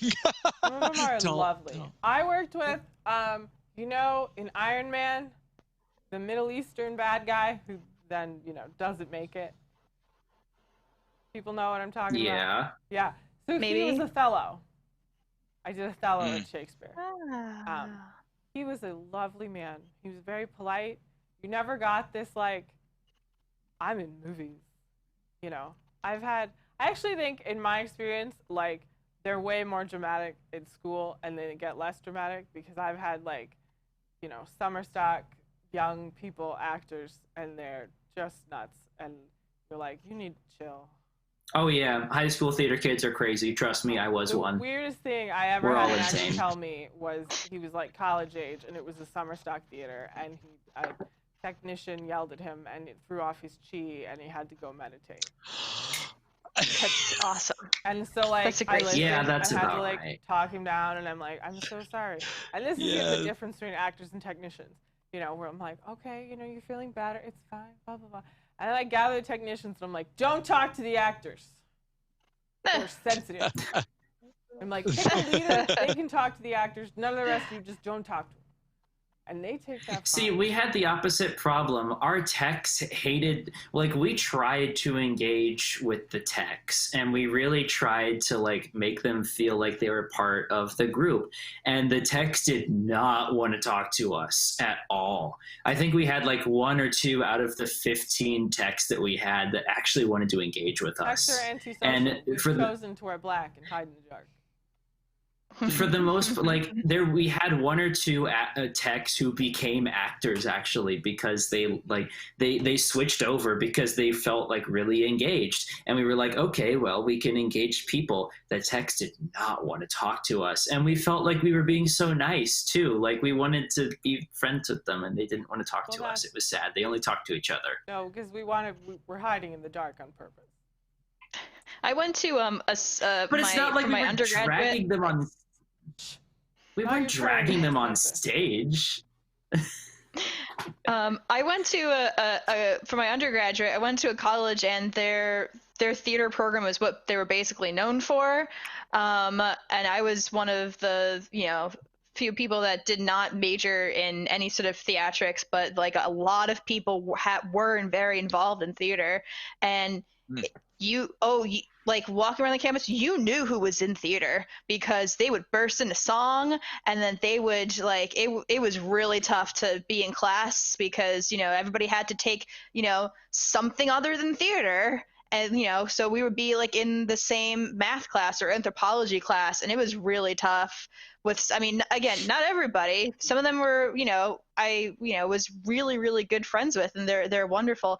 But you would get some people that it was very tough, just very randomly bursting into song in the middle of class, and the teacher's like, "What are you doing? We're talking about Margaret Mead. We don't need to start singing." Theater But some school's of it was. fantastic. I remember you're watching people carry a unicycle across the quad. There was a group that would tightrope walk between trees. The first nice day after winter, there are just jazz musicians outside. Lots of girls in leggings all the time. I think that I love living in Tokyo. I love TUJ, but I really deeply regret not going to theater school sometimes with all the opportunities I had to audition for it. I so regret not going to theater school sometimes. I like theater school. I met Rob. I'm going Aw. to tell you a story Rob doesn't like. So, no. So we No. Well, that's my time, so it's fine. So Rob and I met in freshman acting class. First I'll tell the story. So we met in freshman acting class, You have and to do two? we were assigned to do a scene together. The scene didn't happen. Our professor died. It was a weird year. Oh my God. But so that's how we like exchanged phone numbers and like knew each other and stuff. So both my parents, who went to school for theater, but like at normal school, met in acting class, and they had to do a scene together. They actually did the scene. They had to kiss in the scene. They've been married 35 years. Oh. So we in acting class, the technician group, we would like hide. It was like in the black box. We'd like hide up in a corner, like please don't call us, while the actors were in the front, and we all had to do a monologue. And so I did The Tempest because I had that memorized already. And Rob did Charlie Brown. And I distinctly remember, you know, I didn't really know him, and he's doing Charlie Brown, and I'm like, ah, that boy looks sad. I should save him. We didn't start dating till the next year, but I thought he was cute, and like he needed, you know, someone to. Aw. I had to talk to him. I don't know, but yeah, that's how we met. Theater school. Aw. Oh, that's sweet. That's It's cute. cute. I see. It's fun. It's all fun. Rob, it's like a double act when we'll like tell people the story of like our romance, because there's like my version, and which is very me focused and loud and exciting, and then Rob like interjects and he's like, "That's not what happened. That's not what I said." It's wonderful comedy duo we do at parties. I like to give Rob a chance to talk about design. So Broadway shows, and like, you know, there's design. I figured, you know, most of us were going to come on and be like, the shows are pretty, and actors. And I wanted Rob to join, which he did not want to come, because I was like, he's going to have this totally different perspective of, you know, design that, like, I can't even conceptualize how you design lights. So it's your turn. I'll just continue, I guess, with the topic of shows that we've seen that have made a lasting impact in some way for us. So I'll say, in terms of like Broadway shows that I've seen, I actually just saw Hadestown in February. I happened to be in New York working. I figured I'll see a Broadway show on my one morning off, so that way I can, you know, be able to be in New York on somebody else's dime for at least the travel and lodging components at least. But I thought that was a brilliant combination of acting and design, where the whole world was super cohesive. It was grounded. It had a lot of older school theatrical techniques here and there, a little bit of like the 39 steps in terms of like, oh, let's take this thing and use it for something else, which is always great to see. But I felt like the whole show breathed together. Everything from the music with the band on stage to the way the songs were crafted, to the way the lighting faded in and out and moved, like physically moved with each of these breaths in the music, with each of the actor breaths. So that was especially memorable for me, at least recently. And then I saw A Curious Incident of the Dog in the Nighttime, which such a good show. which is so good. And at the time especially, and it still resonates with me, I thought it was the perfect collaboration between the story, the actors, and the technical elements, the design elements. It all just existed perfectly within each other and with each other, and things that you would normally look at and be like, oh, this is high tech, it has no place in emotional story. Like projections has been this struggle at points to get people to not look at it like a movie theater screen or something like that, but have a proper proportion and relationship to the action on stage, versus the imagery or projected actors' faces or whatever you're doing. We're not building screen rides. Right. We're adding to the atmosphere. But for me, there were sequences that just took your breath away from a design standpoint. But really, it's because it tied so carefully into the emotional arc of the characters and into their story. So that's a huge thing for me. Being a collaborator, what the actors give me on stage, and then vice versa, the world I'm creating around them, I think is integral and super important to have those relationships be fully entwined as much as possible. The chat seems slightly concerned. I love actors. I'm making fun of them, but I love them. Most of the actors I've worked with have been great. Occasionally there are ones that are a pain, but usually they're wonderful. I had a wonderful experience. I did A Funny Thing Happened on the Way to the Forum, which is another fantastic show that people don't do enough. And the actor, Dana Snyder, he is the voice of Master Shake on Cartoon Network, which I've never seen and don't know what that is, but like I've seen him at conventions. And he's hysterical in real life as he is on stage. And, you know, we had a great time doing that show. It was, so like in Florida, you know, the theater season is very centered around when the snowbirds are here. So like the theater, we would do like a play in the fall because they're not here yet. And then the popular musicals, you know, winter, spring, and then usually you could do a like slightly less popular musical like at the end of the spring because after Easter they all leave. And there were days where like, man, we had 30 people in the audience. And A Funny Thing Happened on the Way to the Forum is a very comedic, fast-paced show, and you really need to feed off an audience. And if none of them are laughing, because there's 10 of them, it's rough. What about that magic show thing? What was that in Chicago? Oh, yeah, I saw Teller from Penn and Teller. He directed, along with a playwright and director, Aaron Posner. They co-directed a production of The Tempest at Chicago Shakespeare Theater, and it's made the rounds quite a bit too. But talk about old school magic techniques ingrained into a show, which The Tempest supports it very, very well. Definitely.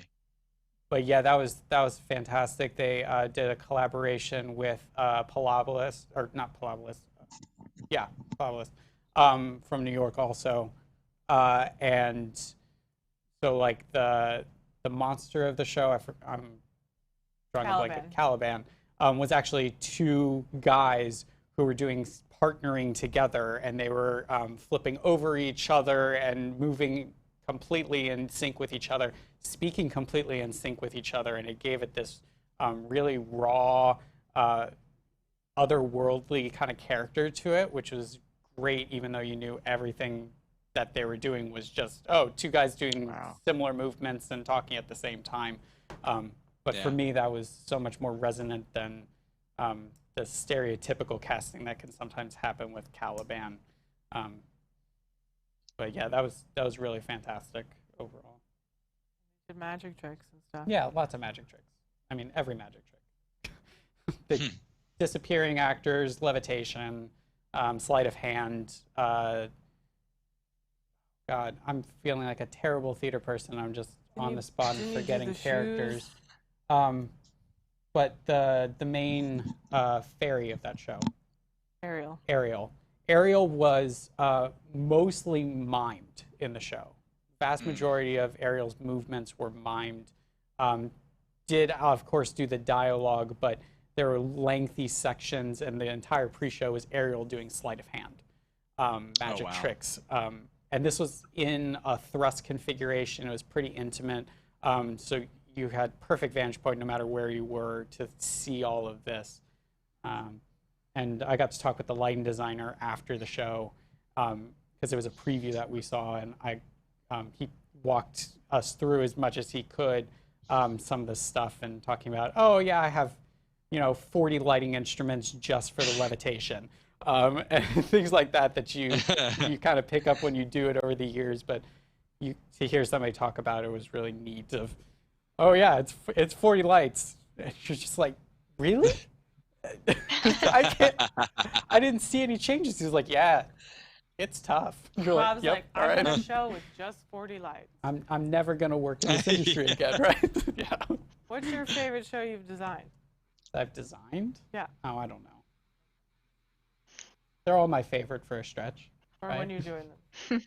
Like right when it's over, then you could do something. I think the one of the coolest shows I ever worked on was, again, Shakespeare Theater. And they would do a lot of cool stuff. They did this really cool version of Midsummer Night's Dream. And so the like forest was this like abandoned theater. So there were like racks and like random costumes and things on it, and the fairies were in just like, I just have a corset, or like I put on like just a hoop skirt, I have a French powdered wig. Like they're just in these miscellaneous sort of torn up outfits. But I worked in the trap room So that's under the stage doing the trapdoors. And so, like, when Puck entered the first time, he was hanging from a chandelier that came out of the floor. Like, he comes up and is hanging off and jumps down. And it was just so cool. I loved that, like, abandoned theater, you know, vibe. And, like, Titania's Bower was, like, a hollowed out piano that we raised into the air. I was spotter for that, too. You know, the fairies came in and out of the floors, like, carrying random stuff. And the fight between the lovers was mud wrestling. So there happened to be, when the players came on stage, they happened to lay down a tarp. So there happened to be a tarp on stage. And the lovers come and they're starting to fight. And Puck finds, like, stuff in a wheelbarrow. And he just starts, like, dumping it on them and throwing it at them. And they think it's each other. And they do this, like, whole mud wrestle. And I told him once that my favorite part was he sits on top of the costume rack.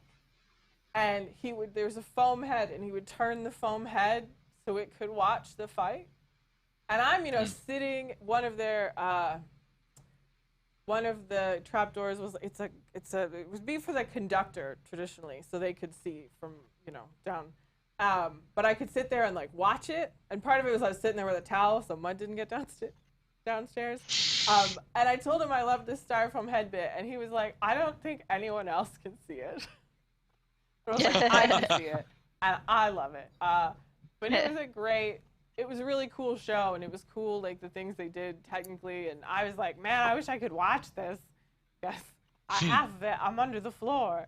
And I liked, you know, at the very end, Puck is dressed as, like, the major domo or whatever for the king and queen, and then as he's doing his, like, final monologue, he's, like, slowly changing clothes, and there was a cool, like, change of Titania and Oberon, and it was just a really neat show. That was one of the coolest shows that I've ever worked on. There was mud wrestling. I had to clean the mud tarp every night. That was my job. And there were rats. Rats could smell, because, you know, we just, as soon as, like, it was right before intermission. So we just had to fold the tarp up and, like, we put it in, like, the loading dock area, and you couldn't clean it then. So we had to go back to work. So then at the end of the show, we would hang it up and I would hose it off. But, like, it's been in the loading dock area. The rats have come out of the sewers because they can smell this weird mixture, and I'd have to shoo them away with the hose. That was I did a version when I did Othello at the Shakespeare Theater. I broke my toe. And I got special permission to use the elevator during the show because I did the flies, and it was like, I can't walk 3 flights of stairs. So it was like, you can take the elevator up. It was funny, one of my previous jobs, I worked at the University of Maryland when Rob was going there, and I worked on, like, the events crew. And you had to get, like, fly rail and genie, like, lift training. And I was like, I rode a lift for the first time at, like, 12. And I've done the fly rail professionally, and I have to take these little courses. Which was funny. Allison, I don't think you got to tell us about non-Disney shows. Oh, no, I didn't. Let's see. So I have to, like, look at them to, like, remember. I saw Wicked a couple of times. That was great. I saw 1776 in Washington, D.C. That was a lot of fun. Let's see. Probably my 2 favorite non-Disneys are Next to Normal and Spring Awakening, specifically when Deaf West did it. So for Next to Normal, I was able to see it, I think, twice. One was during the previews, and the second time was the last performance they ever did. So I got to see them from the very beginning and then the very end when it was on Broadway. And the original cast was, you had J. Robert Spencer, who was in Jersey Boys, Jennifer Damiano. She went on to Spider-Man. She did a few other things. Alice Ripley. And then Aaron, I think it's Veet is his last name. If you don't know who that is, if you know when they did Grease live, I think it was on, I don't know, it was ABC or something. Yeah. He was, I believe, Danny Zuko. Okay. So yeah, so if you don't know who he is, that was him. It's really, really good, and I think it's really interesting how I don't know if it's maybe about a quarter of the way through the show, there's like a reveal, and if you listen to the soundtrack, you have no idea that this person is this the whole time, which is really, really interesting. I love how they worked that into the soundtrack. So I really like Next to Normal. And then Spring Awakening, I saw a deaf theatrical troupe do that. So the majority of the individuals that were there were deaf. There were some people that were hearing. So how they would do that, the hearing people would, do both. They would do their speaking and their signing. And the individuals that were deaf on stage would have this, and I forgot what it's called, mirroring, where you have two people playing the same role on stage at the same time, and they would kind of embody the same character by like either constantly holding hands or what have you. So the deaf individual would sign, and the hearing individual playing the same role would voice that same the same thing. And it was very, very well done, especially with all the different things happening in Spring Awakening, how the kids don't know what's going on, they're not told things, they're they're feel very like suppressed, and I think that the individuals being deaf kind of adds another layer to that I thought was very, very well done. So I'd say, yeah, so Next to Normal and Deaf West Spring Awakening, probably my favorite non-Disney Broadway shows. Cool. Yeah, I saw like clips of that Spring Awakening and it looked amazing. That would have been really cool to see. Marlee Matlin was in that too, so she's an Oscar winner. She was in that. That was good. Anybody else got a show they would like to share about? Just real quick, I didn't get to talk about a couple other ones. There's a couple I saw on tour when they came through Tulsa that I just loved. Obviously, the Book of Mormon has not been said yet, and it needs to be, because that is, next to The Play That Goes Wrong, the funniest show that I've ever seen in my life. I grew up evangelical Christian, so a lot of those jokes really hit for me. I adore that show. I love the music. I think it's hysterical.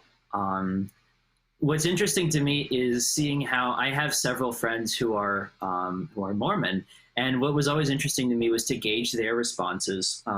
Two of them love it. They think it's hilarious as well. There's a lot of ridiculousness in that show that isn't really representative of how Mormons actually act. And they kind of take it with stride. They're like, oh yeah, it's really funny and exaggerated. And then I have one friend who hates the Book of Mormon. And if you bring it up around her at all, she flips out. Like one time it was before a show, I was backstage, like off in another room, trying to get stuff together. It was before a dress. So like people are off in the wings or whatever. I had to get something from the like furthest back green room. So I'm in there, I'm like singing I Believe, not at the top of my lungs, but like at a decently loud voice, because I'm the only one in there. And then she walks in and she's like, Spencer, what are you singing? I'm like, the Book of Mormon. She's like, why? It's so disrespectful. I'm like, you weren't in here and I was, and also I like it. I love in the Book of Mormon I think playbill, the Mormons have an ad. Like there's a full they do. page, It's the Church of Latter-day Saints. I open It says like the even book in is the better. regional productions. Even the regional productions and the touring ones too. They're like, oh yeah, if you like the show, you should try the real Book of Mormon, which I think it's is a clever little Is it real? tongue-in-cheek thing. Yeah. Yeah, that's actually a It's real a real thing. ad? Yeah. The Book of Mormon. Yeah. The Church Oh. of Latter-day Saints spot full page ad in the playbill for Book of Mormon, being like the book is better. that's Which so I think funny. is hilarious too. I saw Yeah. it in D.C. at the Kennedy Center because someone we went to school with was a Mormon, played a Mormon. So it was like, I want to see Jake do it. My sister and I have a friend who's Mormon, and she like is like anti the show, but I believe is like her life anthem because she believes all those things. So she likes that song, but she like doesn't like the existence of the musical, which we thought was funny. But she's, also, like, that's that. like such a satire on beliefs of Mormons. Anyway, It's a very good show. It is. Finding Neverland, we touched on earlier. I also adore that show. That's one of the shows that I felt a real emotional impact from. I came out of Finding Neverland. I really felt like it had touched me, like emotionally, after I'd walked out of that show. The casting was spectacular. The effects were fantastic, even for the touring production. I really felt like there was something special with that show. A Gentleman's Guide to Love and Murder does not get as much love as it should. It's also hysterical. If you're not familiar with it, it's about this guy who grew up poor and finds out he is a member of this really rich and powerful family, and he's like eighth in line to inherit the family fortune. So he goes around killing all 7 people that are in line in front of him in this, and they all die in like these hysterical ways. It's a comedy show. It's hilarious. And the best part is that they are all 7 like different men and women. They are all played by the same guy who like he dresses up in different costumes or he dresses up in drag and like goes through the whole show. You see the same guy playing the different members of this family, and they all die in these hysterical ways. It's such a wonderful show. It lasted like a year or something on Broadway, and it should have lasted longer. I love it. If you haven't listened to the soundtrack, you should. Something I thought, we could very briefly touch on because it's, Shakespeare.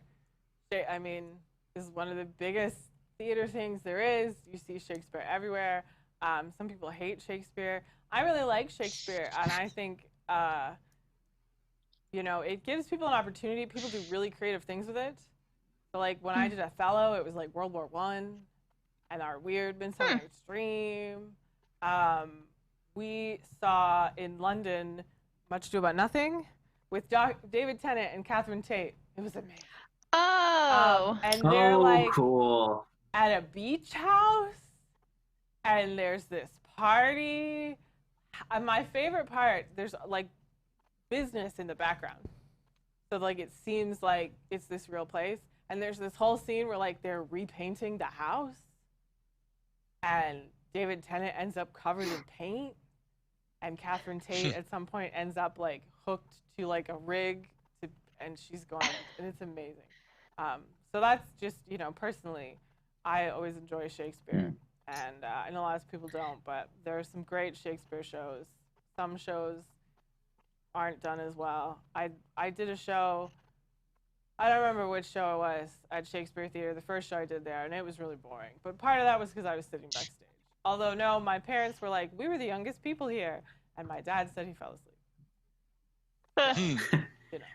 But The last show I want to touch on real quick, because we've gone over time a little bit. I wanted to talk about Matilda, because I don't like the Danny DeVito movie very much. I like the book. I love the musical so much. That was the first touring show that I had seen since I was a kid. And because I had Student Rush, I went and saw it like 3 times for the price of one. It's a fantastic show. I revisit that soundtrack a lot. I don't know, just something about the way they tell the story. Roald Dahl has such a fantastic storytelling method, and I think they did it a lot of justice with the show while still making it its own. Did you do Matilda or see Matilda? Matilda. I saw Matilda. October. I wish I could do it. I don't know. He goes out of town, and I don't know where he is or what show he's doing, but he comes back. So I'm like, I don't know. Does anyone other than Spencer have I'm done. It's okay. anything else that they'd like to share theater-wise? Cool show you worked on? Cool show you saw? Alice. I said at the beginning that I was technically in a Broadway show. Yeah, tell us that story. So it only ran for like 2 or 3 months, and it was like almost like a one-man political comedy show. And at one point he asks if there's any people that are he's comparing Canadians and Americans, and he asked for 2 Canadians to go up on stage and 2 Americans to go up on stage, and is asking them about their like levels of education. And I was one of I had like the most education out of most of the people, so I raised my hand, they picked me. So we played like a game against each other, the Americans versus Canadians on the stage. So I was technically on stage for his show, doing this like game portion that he was doing for the show. So technically I was in a Broadway show very briefly, and just as like a little audience volunteer thing. So that's my on Broadway story. That's very cool. Cool. Well, Rob keeps telling me I need to wrap it up. Okay. Quietly, It's okay. We're over time anyway, so. We are. We've Man. gone over time. Thank you all for watching. My mom says Shannon loved Matilda.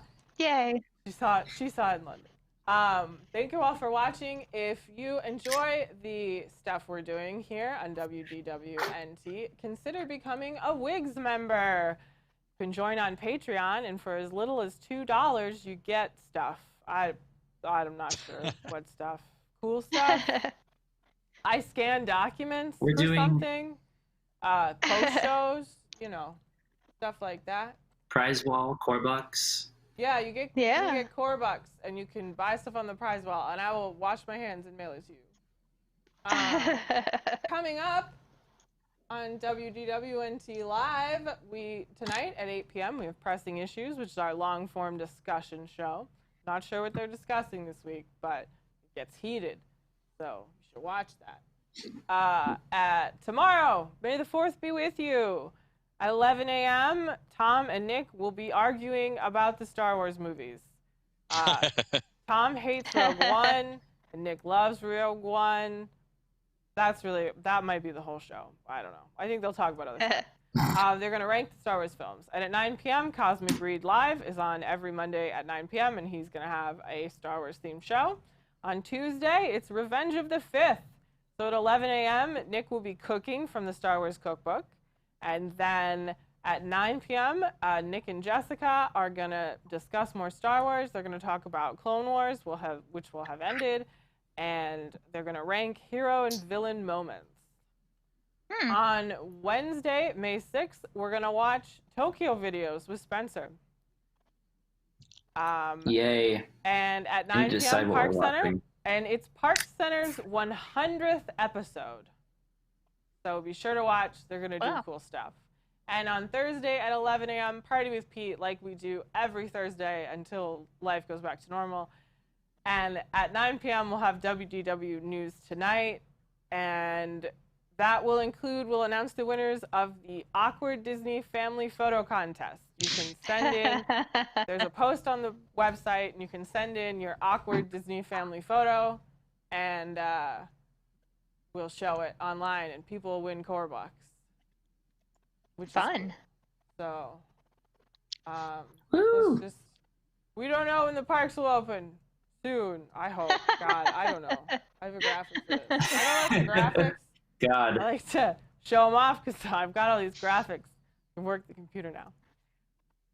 Thank you, everybody, for joining us. Thank you to the audience, and thank you to my wonderful actors, panelists. And my phone keeps buzzing. What is it?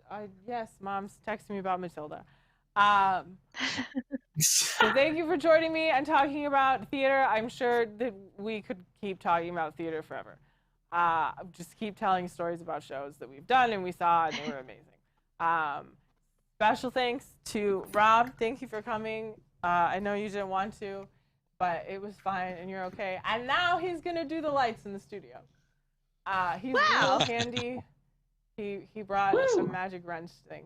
So So thank you for coming, honey, Oh. and talking to people. This is my husband, Rob. So when I talk about my husband, Rob, he looks like this. So, you know. And he is real. He is real. He is free. He doesn't live in there. Canada. He lives with me. And he does theater, and it's neat. Thank you, Allison, Ted, Spencer. Thank you, David and Pete, who joined us earlier. And I suppose we should all, you know, well, I say go home, but you're all at home. I'm home. here. I'm going to in the bed. studio. Oh, go to bed, Spencer. Yeah, Spencer needs to go to bed. It's late. I always forget that. It's Spencer- 3:20 a.m. Oh my God. Oh no. Oh. Thank you, everybody, for joining us. Thank you to the audience. Everybody say goodbye. Goodbye. Good night, everybody. Bye.